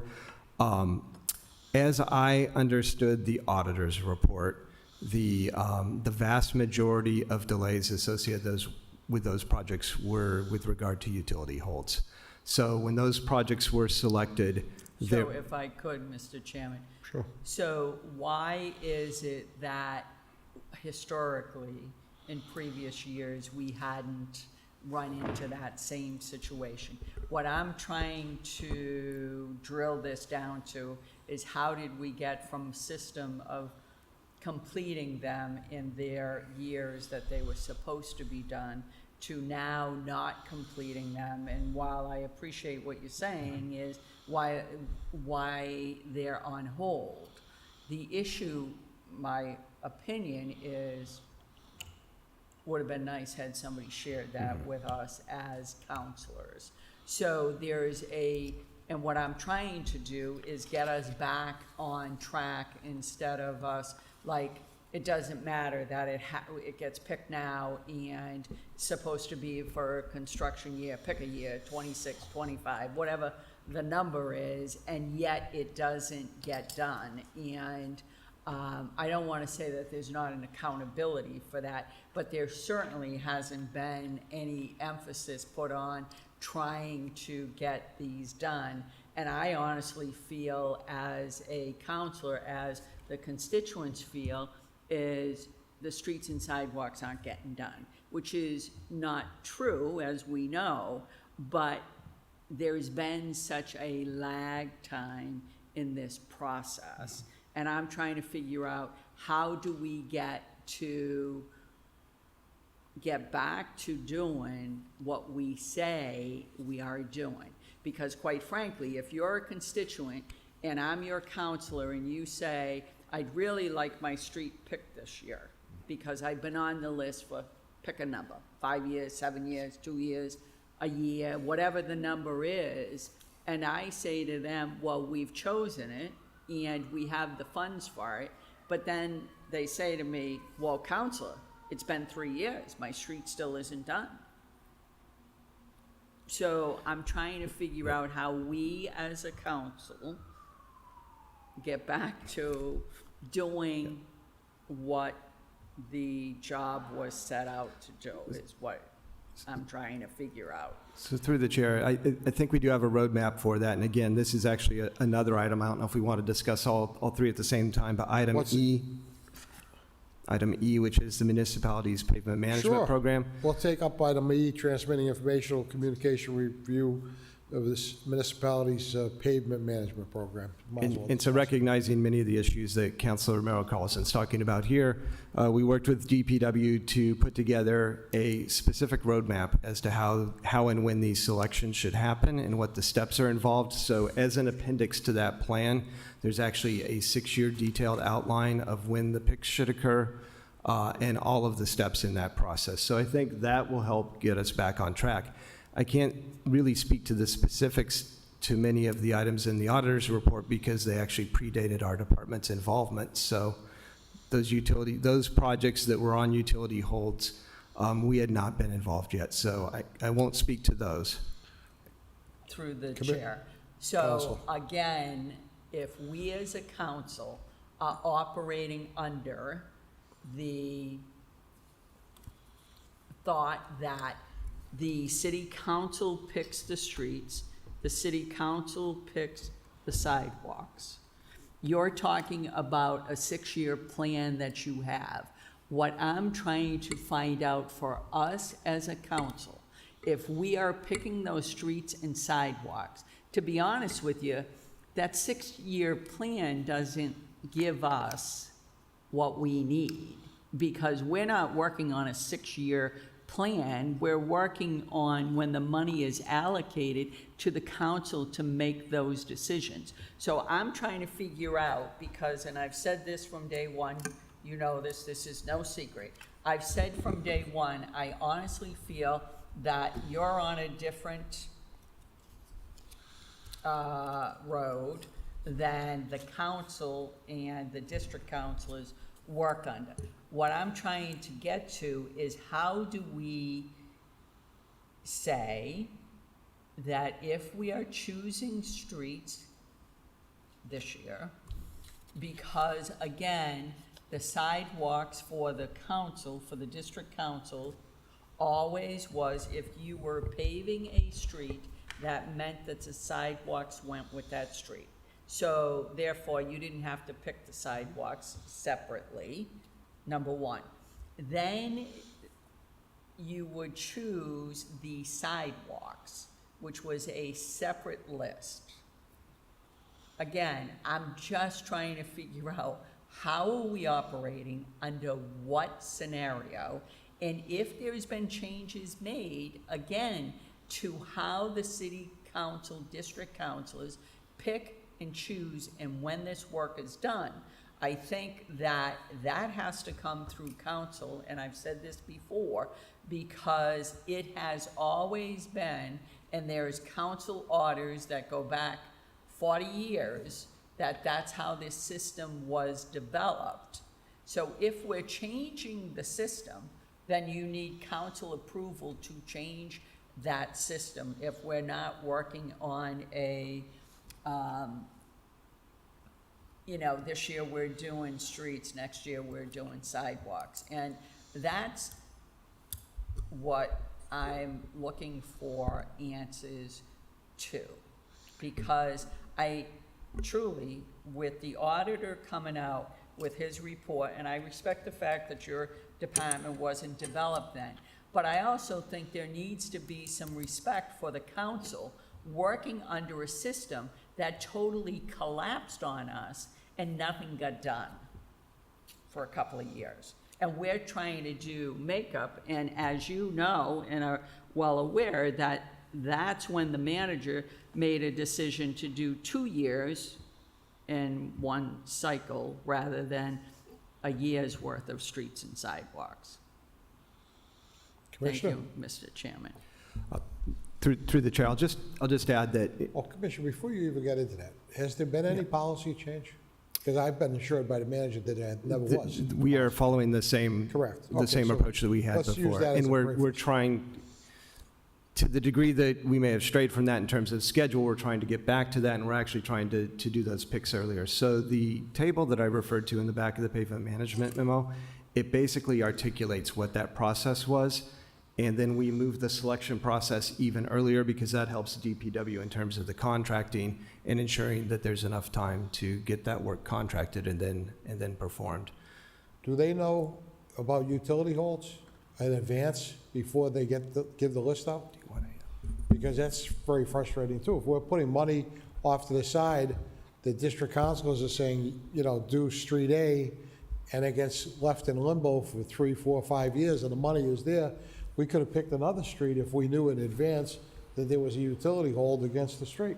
And I just, to follow up to you, Mr. Chairman, the previous commissioner, 3 back, if that happened, they would notify us. Yeah. So that street that we chose, let's say we pick A Street, the commissioner would say, once they found out that A Street was having utility work done, he would call and he would say, Councilor Carlson, we can't do Street A. How about you have these, is there another street that you want us to do this year instead?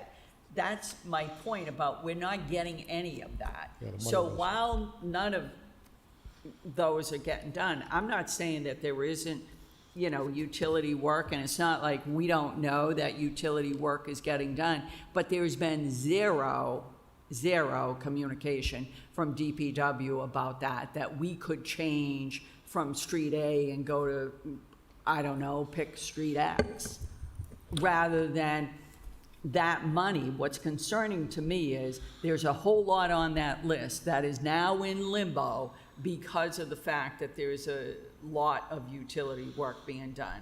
So why couldn't we shift to other streets? So Thank you, through, Mr. Chairman. sorry to step on you there. Through the chair, the auditor's report identified the fact that there were utility holds. The auditor's recommendation was that the list that we provide to the district councilors for selection only include those streets that do not have utility holds. So rather than just give you a list from A to Z and have you select and later find out that even though you may have promised it to a constituent, you now have to change that. What we're going to do, and what I've directed my team, and we were actually working on this before the auditor's report came out, was to go through our entire street listing, find those and identify those, red flag those that have utility holds, whether it's water, sewer, private utilities, so that we can hand the district councilors a list of roads that will not run into that problem in the future.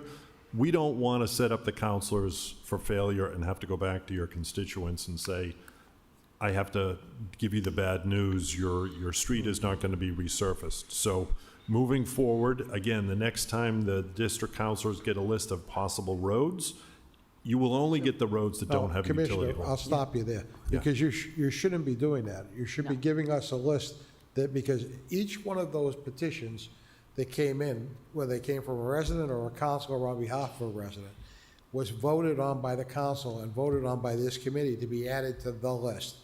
Now, what you could do, I would suggest, is put a notation or separate them out and say, these are ready to go right away, these will be a delay of a year, these will be whatever, but you should always give us the whole list, because what happens is, that was a big problem last year or the year before. We were given the list, and I'm looking at it and I'm saying to myself, wait a minute, I put petitions on for streets where are they? And we had to backtrack, and Commissioner Raleigh and his team, and we're going around and around, we were passing it around like crazy to finally do it. The only way I was able to come up with an accurate list to have A.J. Pottle, the deputy clerk, actually go through our agenda items of this committee and give me a list from past years of everything that was added to the list. And then took that and compared it to the streets that were provided to us as district councilors, and there was probably only about 20 or 30% of what it was. So you shouldn't do that, because there's a legislative action from this committee and from the council as a whole to put them on the list. So for you to just basically veto some streets because they're not ready to go because of utility or other reasons isn't proper. To put a notation on them is proper. Okay. But not to give us the veto. Thank you for that That's clarification. my thought. And then that's the thing, I mean, and the constructive criticism that the councilors gave maybe 6 months ago, or whatever, it was based around that, and it wasn't because we thought that people were doing a bad job or a good job. We just didn't know where to go, because it was like, is it in this department, is it in that department? And it was like, and as district councilors, that's part of the job as a district councilor, is to be able to cut through the red tape of city government and tell constituents, yes, I'm able to give you information. And if we're giving them information, and then going back to our residents and we don't have that accurate information, it makes us all, it's a bad reflection on not only the councilors, but on the whole city government. It's a bad reflection, so. Council, go ahead. Mr. Excuse Chairman, me if for I could, winging to out. Mr. Raleigh. So as you're aware, because your department spent a tremendous amount of time on, I'm going to use the words, recreate the list. And the clerk's office recreated the list off the petitions. And with all due respect, when the commissioner just said what he said, just scared the bejesus out of me, because that meant that no part of the discussion that we've been struggling through to get to where we are is he aware of. So that means he's working off of a different system. Maybe not, I'm gonna say, but for him and his department to understand, as the chairman said, it's a legislative process, ladies and gentlemen. We took a vote on those streets. Now, again, it's not saying that you or anybody in the department doesn't rate them and say, well, geez, I don't think Street A at this point is a good candidate, but certainly Street Z is a great candidate based on the work and with the folks that you're working with. And I forget the system, forgive me, but I understood what you and Mr. Corain talked about. So we clearly understand that.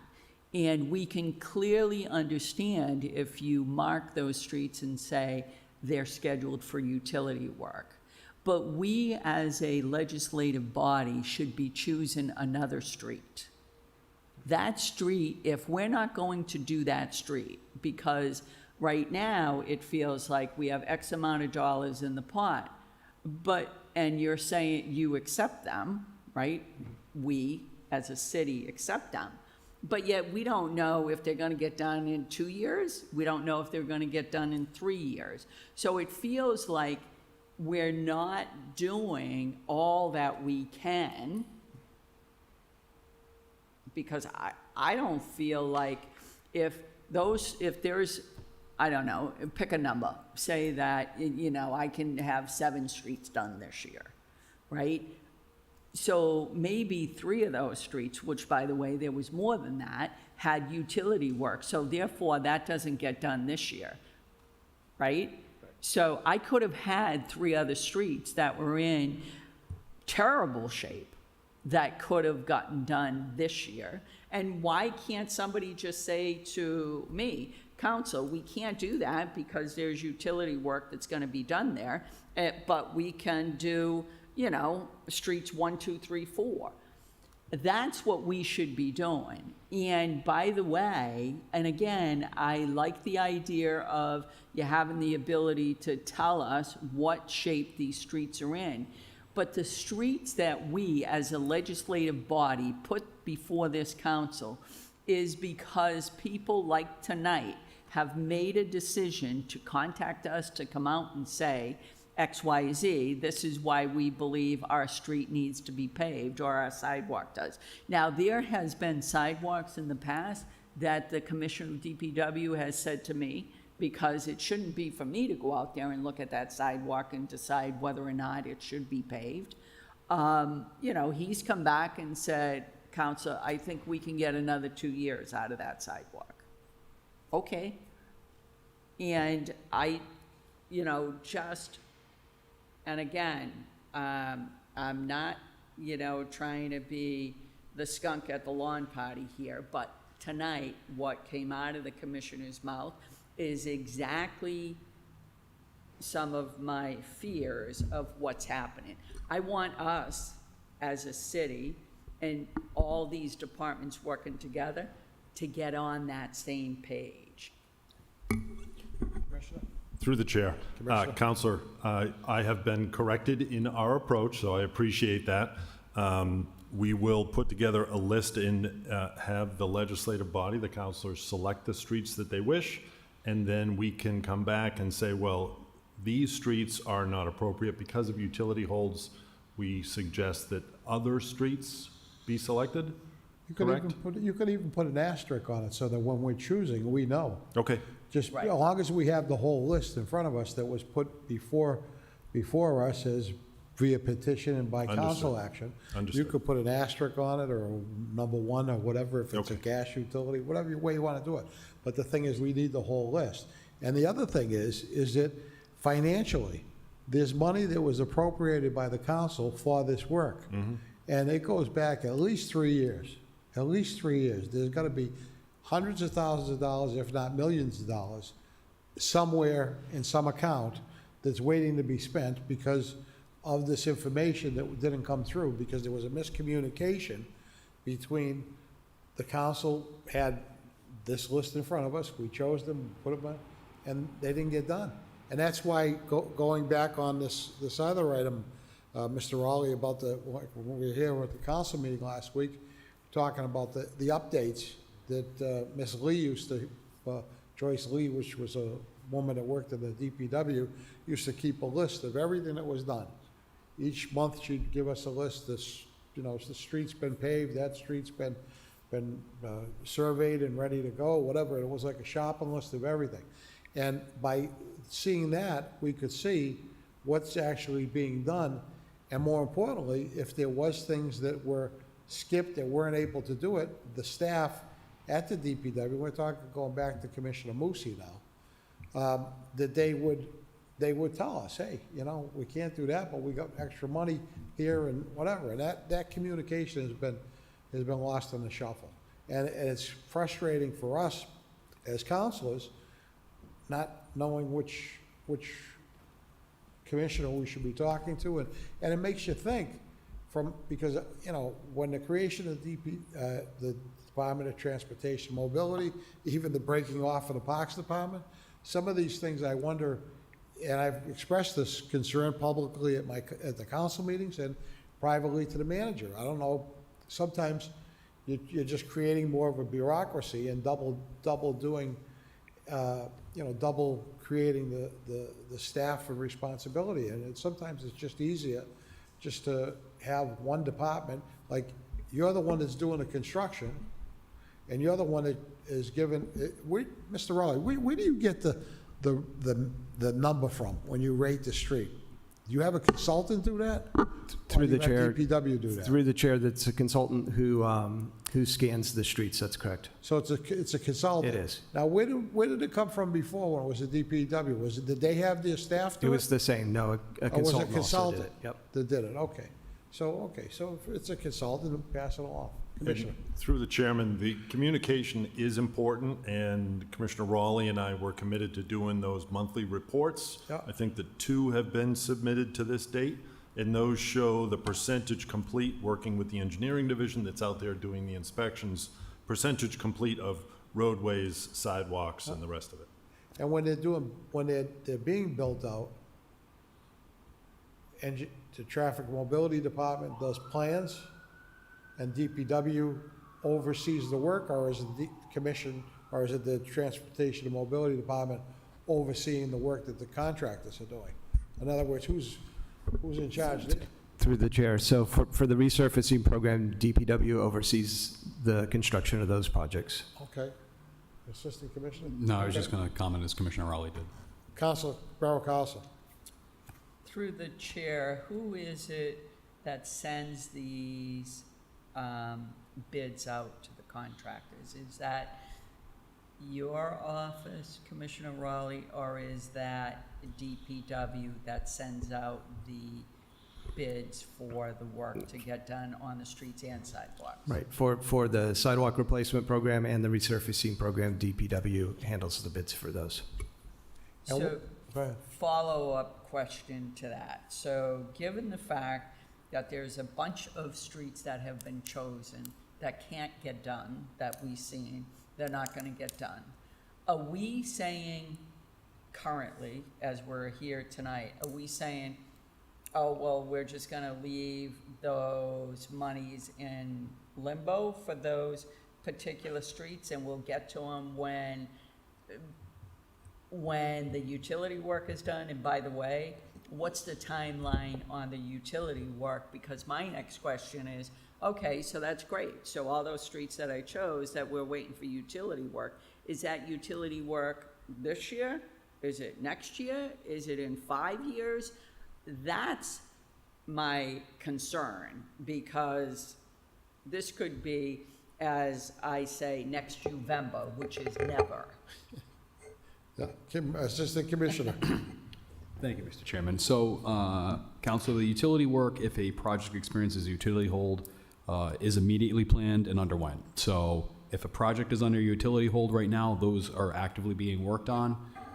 With respect to the monies, those are held, and then those are for that particular project. So if a utility hold, let's say a road was scheduled to be resurfaced in 2025, but we had to install a sewer main in 2025 instead, the monies would just stay in an account until 2026, and then we would expend them on the road then. Counselor? Again, I think that when these are put, so there's a couple questions that I would have, is I would say that those that are put on hold, we should be notified. Again, this is my opinion. If they're put on hold for utilities, I don't think they should stay in that limbo pool there. I think the councilors should have the option to choose other streets that are ready for resurfacing. Again, that's my opinion, because I can tell you, for somebody to say to me that the utility hold is only for this year, that's like me saying, geez, I wish Santa Claus would bring me $1 million. That'd be great. Because everybody at this table knows you can't predict anything with the utility companies today. Nothing. Can Well, you predict? You can predict they're gonna make a mess of our streets. That's for sure. And I'm gonna do a chairman's order that within the next 30 days, and I apologize in advance, but that's what I do when I'm coming down the home stretch here of my term. And then within the next 30 days, that the city administration provide to the city council an updated, accurate list of monies and streets that were chosen that have not been constructed for the last 5 years. Does that sound good? And for the last 5 years, and the monies that are available for that, in the hopes that that list will be by district, so that it'll be clarified, so that we'll have it in front of us, and so that either the DPW could say, hey, we're ready to go with this, it's going to get done next year, or it's going to be done 6 months from now, or it's, as Councilor Carlson referred to it, it might be somewhere in the unforeseeable future. And if that's the case, that money should be moved to a different pick, and the work should be done. So I'd like that report as soon as possible, delivered to the council. Who's going to give us that, by the way? Is that going to be traffic and mobility, or is it going to be DPW? Where would it be? Okay, traffic, be DPW. So I'd like that update, and with the notation if it's something that is going to be able to be done quickly. All right, anything else on this? Councilor Pasillo has many questions. Not that many questions. Through the chair, probably to DPW, so if you're putting streets on hold for a summer, hypothetically, one district could have no construction work in one summer, and then the following summer, would they have double, and how's that feasible? Thank you, Counselor.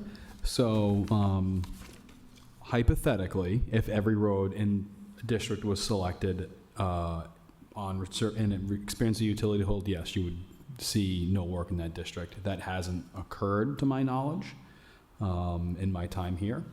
And then the work that we have is we get dollars and they are, allocated to that funding, right? So if we say we've allocated money to Road A for resurfacing and that needs to go into year 2, that money just follows that road into year 2, and we release a contract at that point in time for that work. Our contracts, our department has the ability to manage a large amount of contracts, so it's typically not an issue for our construction team to handle additional work. Thank you so much. And then how long can the private utilities put a hold on a road? Oh, so there are 2 different types of utility hold. There's a public utility hold and a private utility hold. The split of those is about 50-50. If it's a private utility company, we force them to get it done within a year.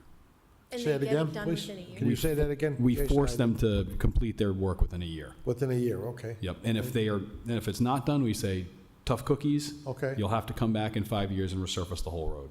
Okay. May I throw something in at that? What if it's the city of Worcester? Excuse me? What if it's the city of Worcester? With the city of Worcester, it's a little bit different. We don't necessarily always have the same abilities, right, because our work is funding dependent. So we do as much as we can using the funds that we have available to us, but we may be up against restrictions due to funding. So theoretically, the city of Worcester could be the ones that have the hold on the streets that were chosen that haven't been, money hasn't been spent on. Correct. And it could be for water lines or sewer lines or both? Both. Okay. So, and is there a reason for that? That we're going to replace all the sewer lines? So the age of the water lines in the city is quite old. There's over half of the water lines in the city, if I'm quoting this correctly, are actually in excess of 1949 is their age. Yeah. So that's quite old, and that's made of materials that are starting to fall apart. So these are things that need to be addressed, and with the amount of funding we have to be very diligent about how we spend that, and we do not want to resurface over water lines that have a high likelihood of giving out. With respect to our sewer system, as you're aware, we have the Clean Water Plan that we have to function under, and the EPA has told us we have to hit these specific milestones and deadlines, and that's what's driving sewer. If I could apologize, Council, but it is true to Mr. Raleigh, is the ADA rules kick in on the side streets?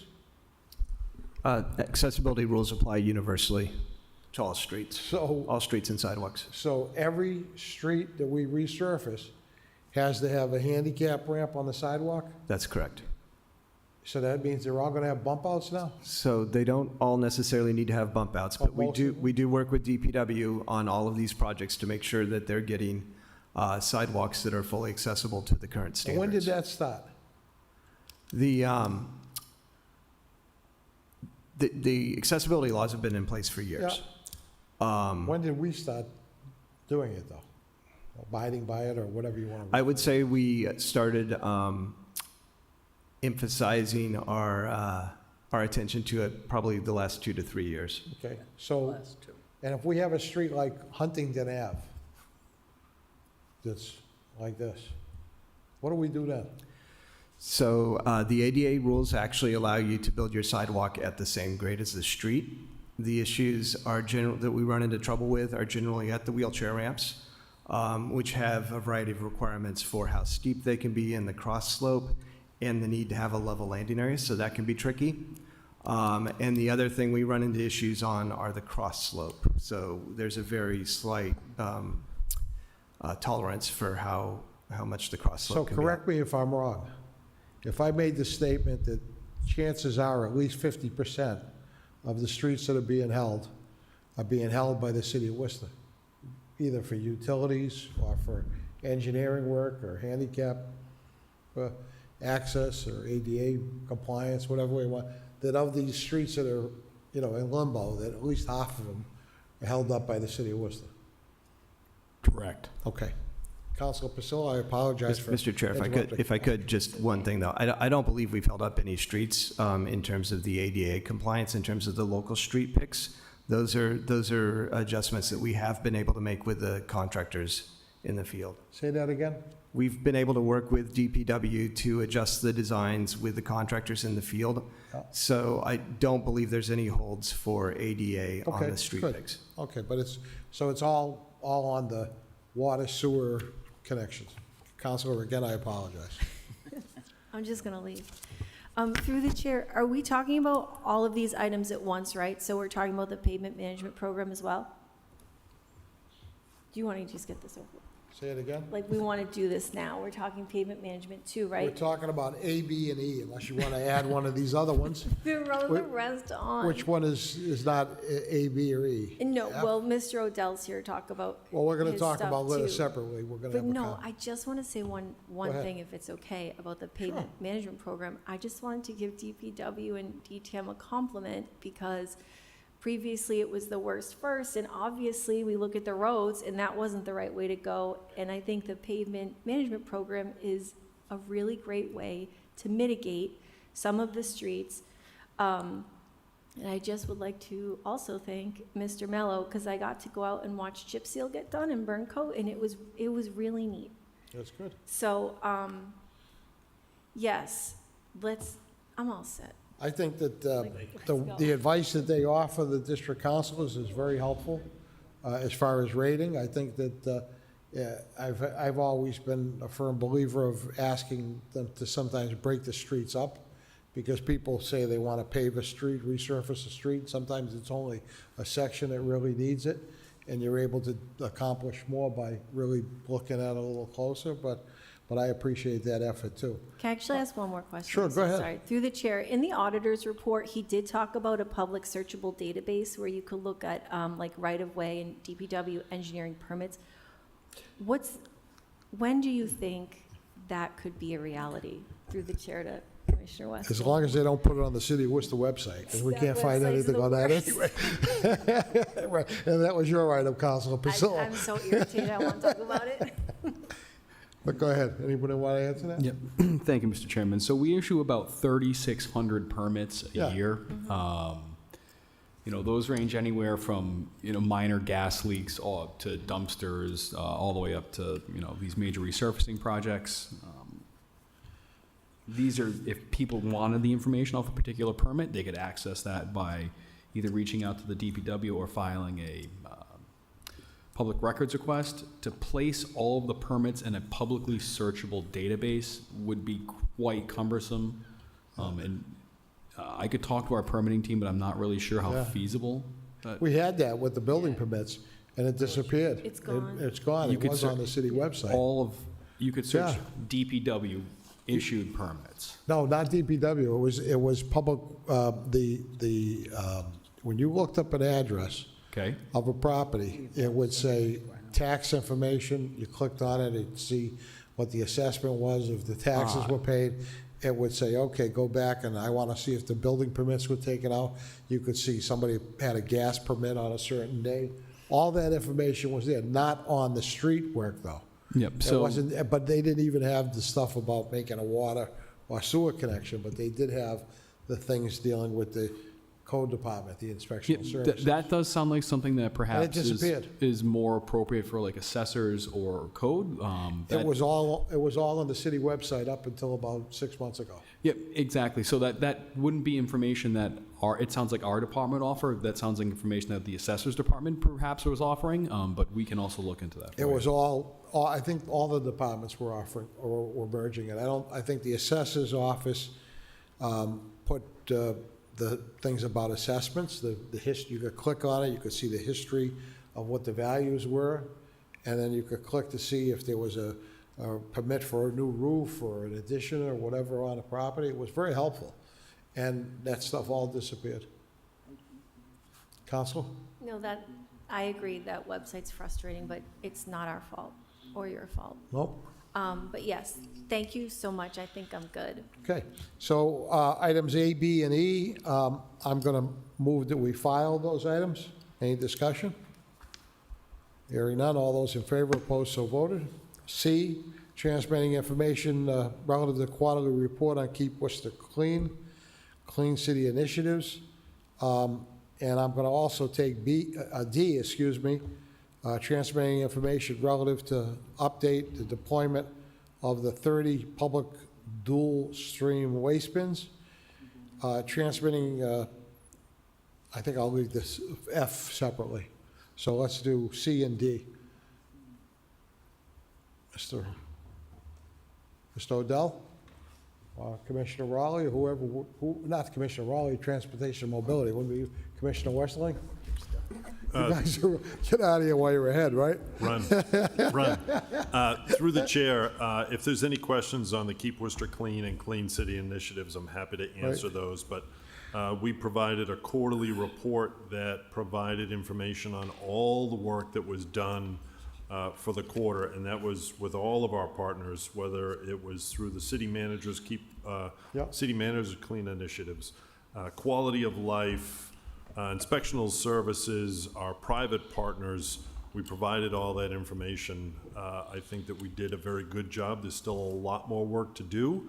I happened to work with the city manager's Clean Team initiative this past weekend in the Crompton Park area, picking up litter, as I had expressed, and we are working on it. But we have to find a better way to put our recyclables out at the curb. We're asking people to recycle to save the planet and do the right thing, and unfortunately, a lot of it is ending up in the curb line, and that's a lot of what everybody was picking up on Saturday. So we need to find a better way, and that's something that DSR and their team is working on through their zero waste report that's being evaluated right now. But all of those partners, I think, did a very good job in that quarter. As you are aware, we did a bigger push and refocused and doubled down our efforts in the month of August. But it's an ongoing process for us, but we've got dedicated teams and partners at DPW, DSR, Quality of Life, Inspectional Services, and all the rest that are working together. I was very impressed with the leaf blowers blowing the litter under the vehicles and the sand under the vehicles and sweeping the streets. Thank you, Mr. Chairman. That's a problem for us because cars have to park against the curb line. And when the litter gets trapped, you're either out there with a picker, which is not effective, or we found the ability to blow it from the curb line out from under the cars into the middle. Excellent. where our street sweepers could pick And it you up. know why I like that idea so much? Because I've been talking about it for 6 or 7 years. You can take credit for it because I it don't worked want very to take well. credit for it. I just want to say hallelujah. It worked very well. And it's a simple thing called a leaf blower. Mhm. And our problems are in our urban neighborhoods when it comes to litter. your suburban neighborhoods in the city, you don't have a problem with litter. Because of the congestion and because sometimes people that are living in the urban neighborhoods might have just moved into the area and they didn't get the memo about what our program is. They might come in, you drive down the street, sometimes you see a black bag of trash on the street, and you say, gee, what the heck are people doing that for? Why don't they, everybody else has got a yellow bag, but it's because if they moved here from Boston, in Boston, you could put anything you want in a black bag and put it on the curb, and they'll take it away. So it takes a little bit of a time for folks for that to click in. And as far as the litter goes, what do you think we should be doing if not the recycle bins? We just spent $600,000, wasn't it, for the new bins? That was probably maybe 5 years ago. Through the chair, so yes, that was in 2020, so about 5 years, yeah. So we are looking into that. That is part of a more comprehensive effort through the Zero Waste Master Plan that Commissioner Westerling was referring to give us a really effective long-term roadmap for the steps to be taken. But in terms of the shorter term, the bins themselves have not withstood the wear and tear that they should be expected to have withstood over the last few years. And we're actively working with the company that produced those bins to see if we can get either additional bins that are made better in the near term, but also looking at a longer term solution that may be replacing those bins or of some sort, to be determined as to what the best path is. We haven't gotten that far yet, but we're looking into that for sure, to be sure that we that whatever the choices that are made are done both fiscally responsibly, but also to fully solve the problem, which currently isn't the case.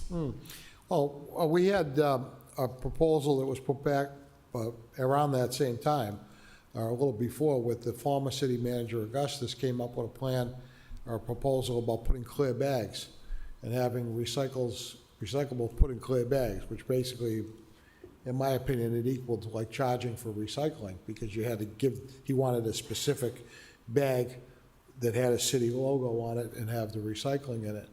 And we put that forward. I wasn't in favor of that, but when we brought it to a Public Works Committee, people came out of the woodwork and showed up. There must have been 40, 50 people in the room down the hall. It was a full house.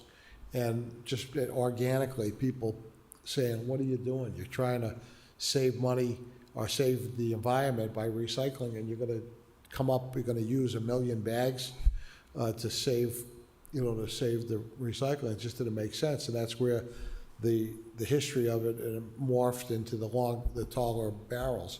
I think that the biggest problem we have is information, and getting that information out to people, because they have the recycle bin and they're still overloading it. And they need to get the message that they can put anything that they want on the curb, up to 30 gallons, or they can put multiple bins out. They can put, one that they buy at Home Depot right next to the one that the city gave them, or they can use their old one and the new one if they still have the old one. It doesn't matter, as long as it's in the container and it's not blowing around. And I think that's our biggest challenge, and it's a challenge that I've talked about for the years I've been here, and the only answer I can have is that the city's responsibility is to keep the streets clean, and we should identify those core urban neighborhoods and stay on them. This is a great program that you folks are all on, now working on this. It's doing a great work, but it needs to continue and to concentrate on those urban areas. I see the street sweeper come up my street. I appreciate it once or twice a year. I live in a suburban neighborhood on a side street off of Massasoit Road, but we don't have a litter problem. We don't have, somebody has a recycling that blows away, they go get it, or the neighbor picks it up and brings it back to the barrel it has where it belongs. But those other neighborhoods, they need that attention on an ongoing basis.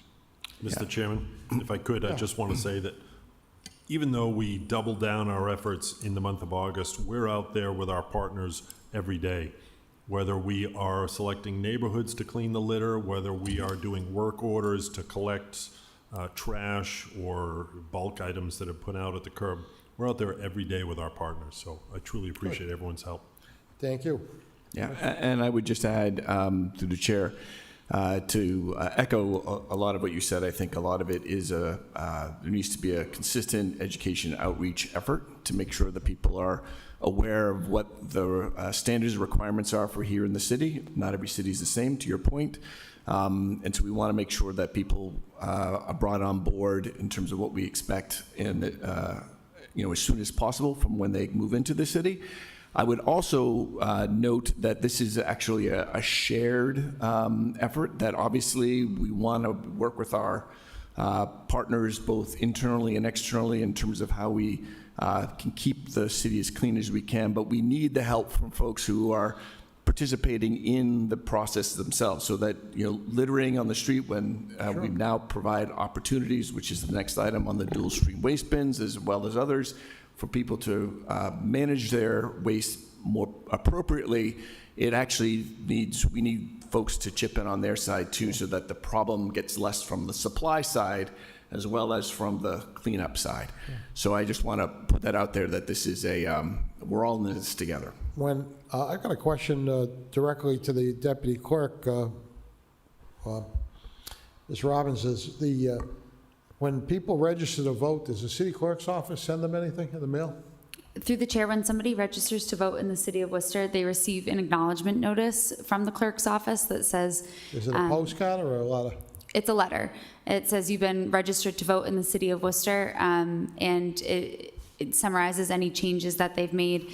It is generated from the state voter registration system. I wonder, I'm going to do a chairman's audit to ask the administration, both the city clerk and the city manager, to consider putting some slip of paper in that letter that goes out to the new people that are newly registered to vote, just with maybe a scanned barcode on it, or one of those QR codes, just to say information about the trash program and the 311 in general for services. I think that'd be a great thing, and if we're sending them a letter anyway, where the city's already paying the postage and the envelope, why not have a little half sheet of paper or something that we can insert in there if at all possible. So I'll do that as the chairman's order.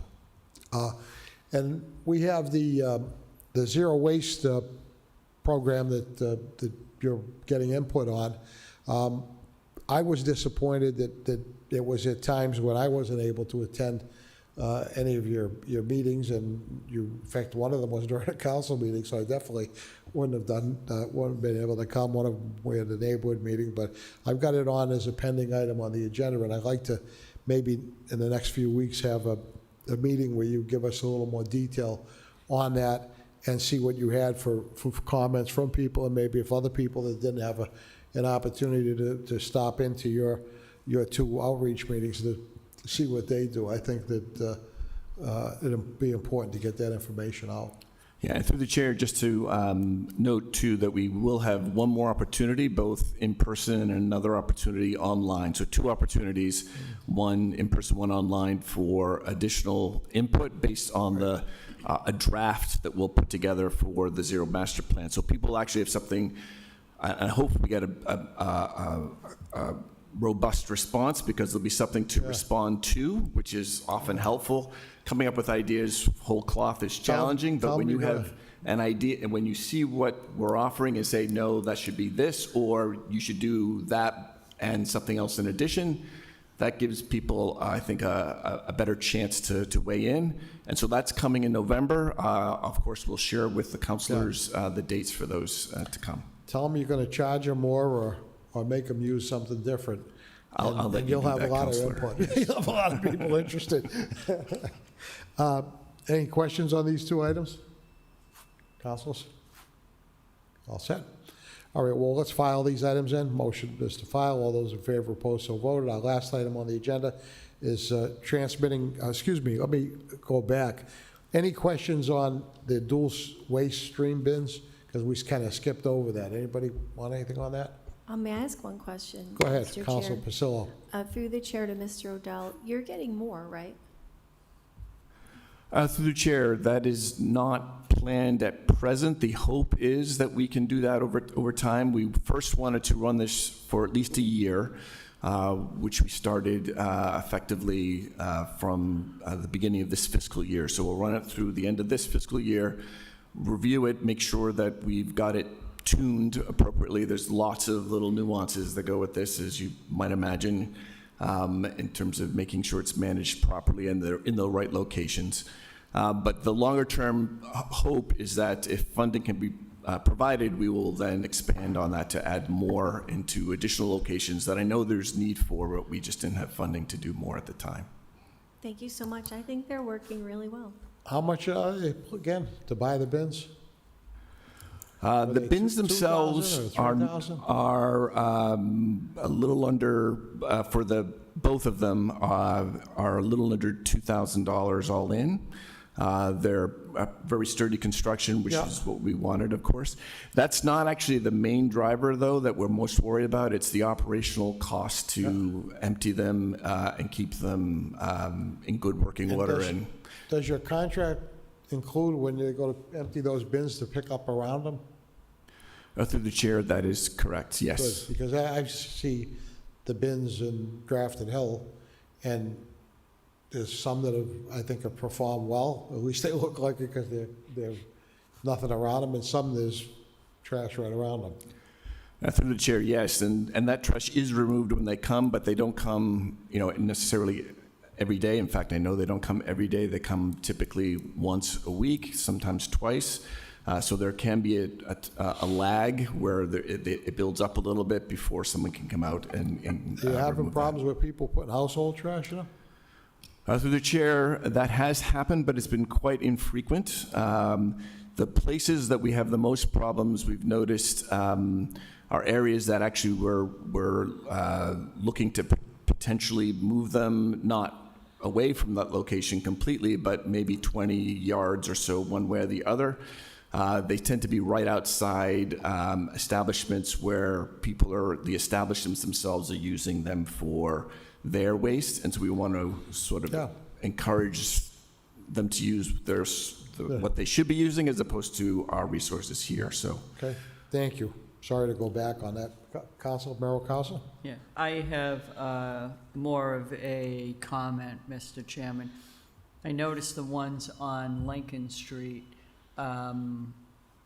Those need to be cleaned up more frequently than they are, because there are some of them, as today when I pulled out of the Lincoln Plaza, all around those bins are loaded with trash. So for what we were looking to clean up, we're actually making it much more uncomfortable for some of those folks who live in that area with these bins that are overloaded and the trash is on the ground. Right. So I think we should be, and I thought that the plans for this was for us to really monitor that and see. I would just say we should be monitoring the upper Lincoln Street area especially. Yeah, through the chair, absolutely. That is exactly why we wanted to sort of run this through for the full year to see how things break out and where we can make improvements and those kinds of changes that you suggest. I think that's, we obviously very much don't want to make a problem that we're all very concerned about worse. And so we'll certainly be looking into that in terms of changing the route schedule as appropriate to handle that, for sure. Thank you. Okay, let's move on. We've already filed that item. F, transmitting information, communication relative pothole repairs and litter issues throughout the city. We already had a discussion a little bit about the litter. Anything that anybody wants to go further on the potholes?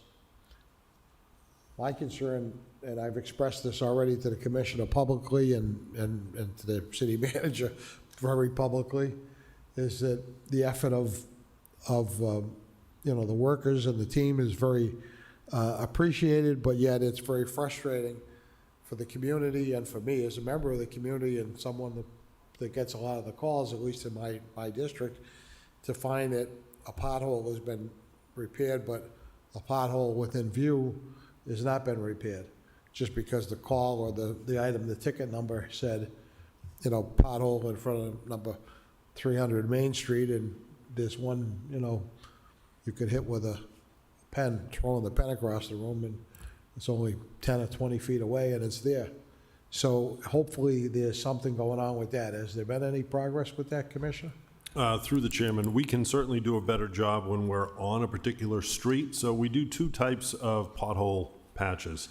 And this is more relevant in the spring, but in the springtime, as an example, when the freeze-thaw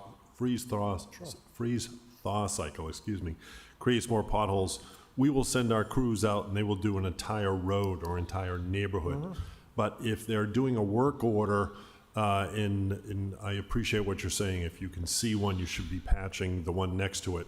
But if they're doing a work order list, for example, work orders that have been created by 311, they're going out with a limited number of tonnage of patch, and they're trying to get through their day and fill those that they've been asked to patch through the work order process. But we can certainly do a better job if there are some that are within close proximity and we've got the materials to filling those. I would at the ask same that if time. you ever do fill all those positions that you've got vacancies for, that you actually create a team that just does that on a regular basis, just rides around and fills potholes, because it's, they're obvious, they're pretty obvious, especially on the main arteries. It's one thing if they're on a side street, nobody calls them in and nobody sees them, but when you go over them on a regular basis and hundreds of cars go over them, it's very frustrating. We shouldn't be waiting for everything to be called in either. Councilors, anything on potholes? And Do you have anything? go ahead. Through the chair, I remember last year we talked about this at Public Works, having the utility companies come back 6 months, 1 year, until 5 years, they're on the hook to fix any potholes, trenches that they worked on. Is this happening? Through the chair to Commissioner Westerling or Mr. Mello? Oh, sorry. Hold my calls. I'm so sorry. I'm sorry. Commissioner, you want to take that one? Could you repeat? I'm sorry, Counselor. So last year. Pothole, I hear potholes and I'm automatically like, that's an operations zooms out. problem. You just do this. Yep. So last year in Public Works, Okay. we sat here with the utilities and they said, we're gonna come back and we're gonna fix all the potholes that are a result of our work. Delicious, And thank as soon as we fix one, that's gonna reset that clock for 5 years. And so I'm thinking, the city is constantly running around, the city is constantly running around filling potholes, and I know it's kind of difficult, right, to necessarily put the blame on utilities, even though a lot of them are their fault. So how can the city hold the utilities accountable to fix the potholes that are a result of their work? Thanks, Counselor. So what we do annually is we go through and we look at all of the currently open patches for utility companies, actually really across the city, but utility companies are included in that. And then we inspect every single one of them. So we'll go out and look at all 3,000 open permits across the city, and then we notify everyone to fix them. And you say, hey, you've got X amount of time to fix these. In the springtime, if you don't, you can't get any new work. So that's what we've been doing over the past several seasons, and we found that to be pretty effective. So through For the the chair. past how long? Let's see, Council, when was the discussion that you and I were referencing earlier, maybe about a year or two ago? Yep. So at that point in time, we actually did make a number of large systemic changes aside, working towards the 5-year guarantee and making sure we enforce that. We actually put in place a new position, and that person's sole responsibility is to go around and look at resurfacing done by utility companies. That role has unfortunately been vacant for the last few months, but we just recently filled it, so we'll have a full-time person, again, working with utility companies specifically on restorations and potholes. Council? Yeah, I mean, thank you so much. I would just say Salisbury Street, for example, right? Like the trench that was done on Salisbury Street from Park Ave all the way down past Forest Street. It's kind of a mess. And that was the private utilities, right? Correct. So why don't they fix it? So that particular trench, and you'll have to excuse me because I don't have exact. No, it's okay. The Department of Public Works is looking to resurface that portion of road. So when we're doing that, we often will work with the utility company to engage in a program called co-op. So what we do is we say, hey, utility company, please don't put your permanent patch down on this road. We want to take the funding that you would normally spend on your permanent patch. We'll take that and we will use that to completely resurface the roads ourselves. So not only does it offer some savings to the utility companies, but it actually offers a lot of savings to the city, because we're able to take funds from the utility company and resurface roads where we'd normally be covering the entire cost of that ourselves. The downfall to that is that we are not forcing the utility company to go out and perform a permanent patch within 90 days. So they have to keep up their temporary patch for longer. And temporary patches, as you're aware, can become a bit of a challenge to keep up over time. But with this particular one, I will work with the team to go out and take a look at that just to make sure it hasn't completely degraded, because Salisbury Street is a rather important road in the city. Very busy. Thank you so much. And really, you know, I have such a problem with the private utilities, and I just feel like I've said this a lot, and I know we've spoken about this a lot in the committee. They do this work, they leave, and it seems as though, you know, they just don't ever come back. And they make so much money, and they take up so much time and space in our city. I just really think that they could just do a better job. It's just so frustrating. But hopefully that's working well, and they'll fix all their potholes quickly. Counselor, thank you very much. I share your frustration, the Commissioner and I, and the Assistant Commissioner. We're at a meeting before now talking about proposed work in District 3, and I had that same conversation with them, just a matter of a couple hours ago, or an hour or more ago. And I know one for one, at least in my area, I don't know if it was up on Salisbury Street, but the gas company is doing trenches all over the place. And they're leaving our city like a roller coaster ride. And I think it behooves the Department of Public Works to call them in. If you need our assistance, to call them in here publicly and have a follow-up conversation with them, just let us know. Put it as a council, a communication to the council, and we'll get it on the agenda as soon as possible, because they sat on at this table and basically told us and told the city of Worcester that they're gonna stand behind these trenches for 5 years. And either we're not on them, or they're avoiding it. And if it's a matter of, from what Mr. Mello says, we're on them. So as a city, we're on them. So if we're taking money in place of those repairs, and then we're gonna repair a street down the road 2 years, 3 years down the road, that ain't right either. It should be, especially because you don't know where the funding's gonna be for these long-term plans. May I say one more Sure, thing? go ahead. Through the chair. We've had the utilities come in here twice, and to be Right. quite honest, I don't think they care. I think they come in here and they listen to what they say, and I feel like any contracts, there needs to be more teeth and incentives for the utilities to do what they say they're going to do, because I don't think they're afraid of us. Thank you. If the policy, in fact, I'd like, as a chairman's order for the administration to send via email to the members of this committee a copy of that actual policy that was put in place by Commissioner Fink, I believe it was.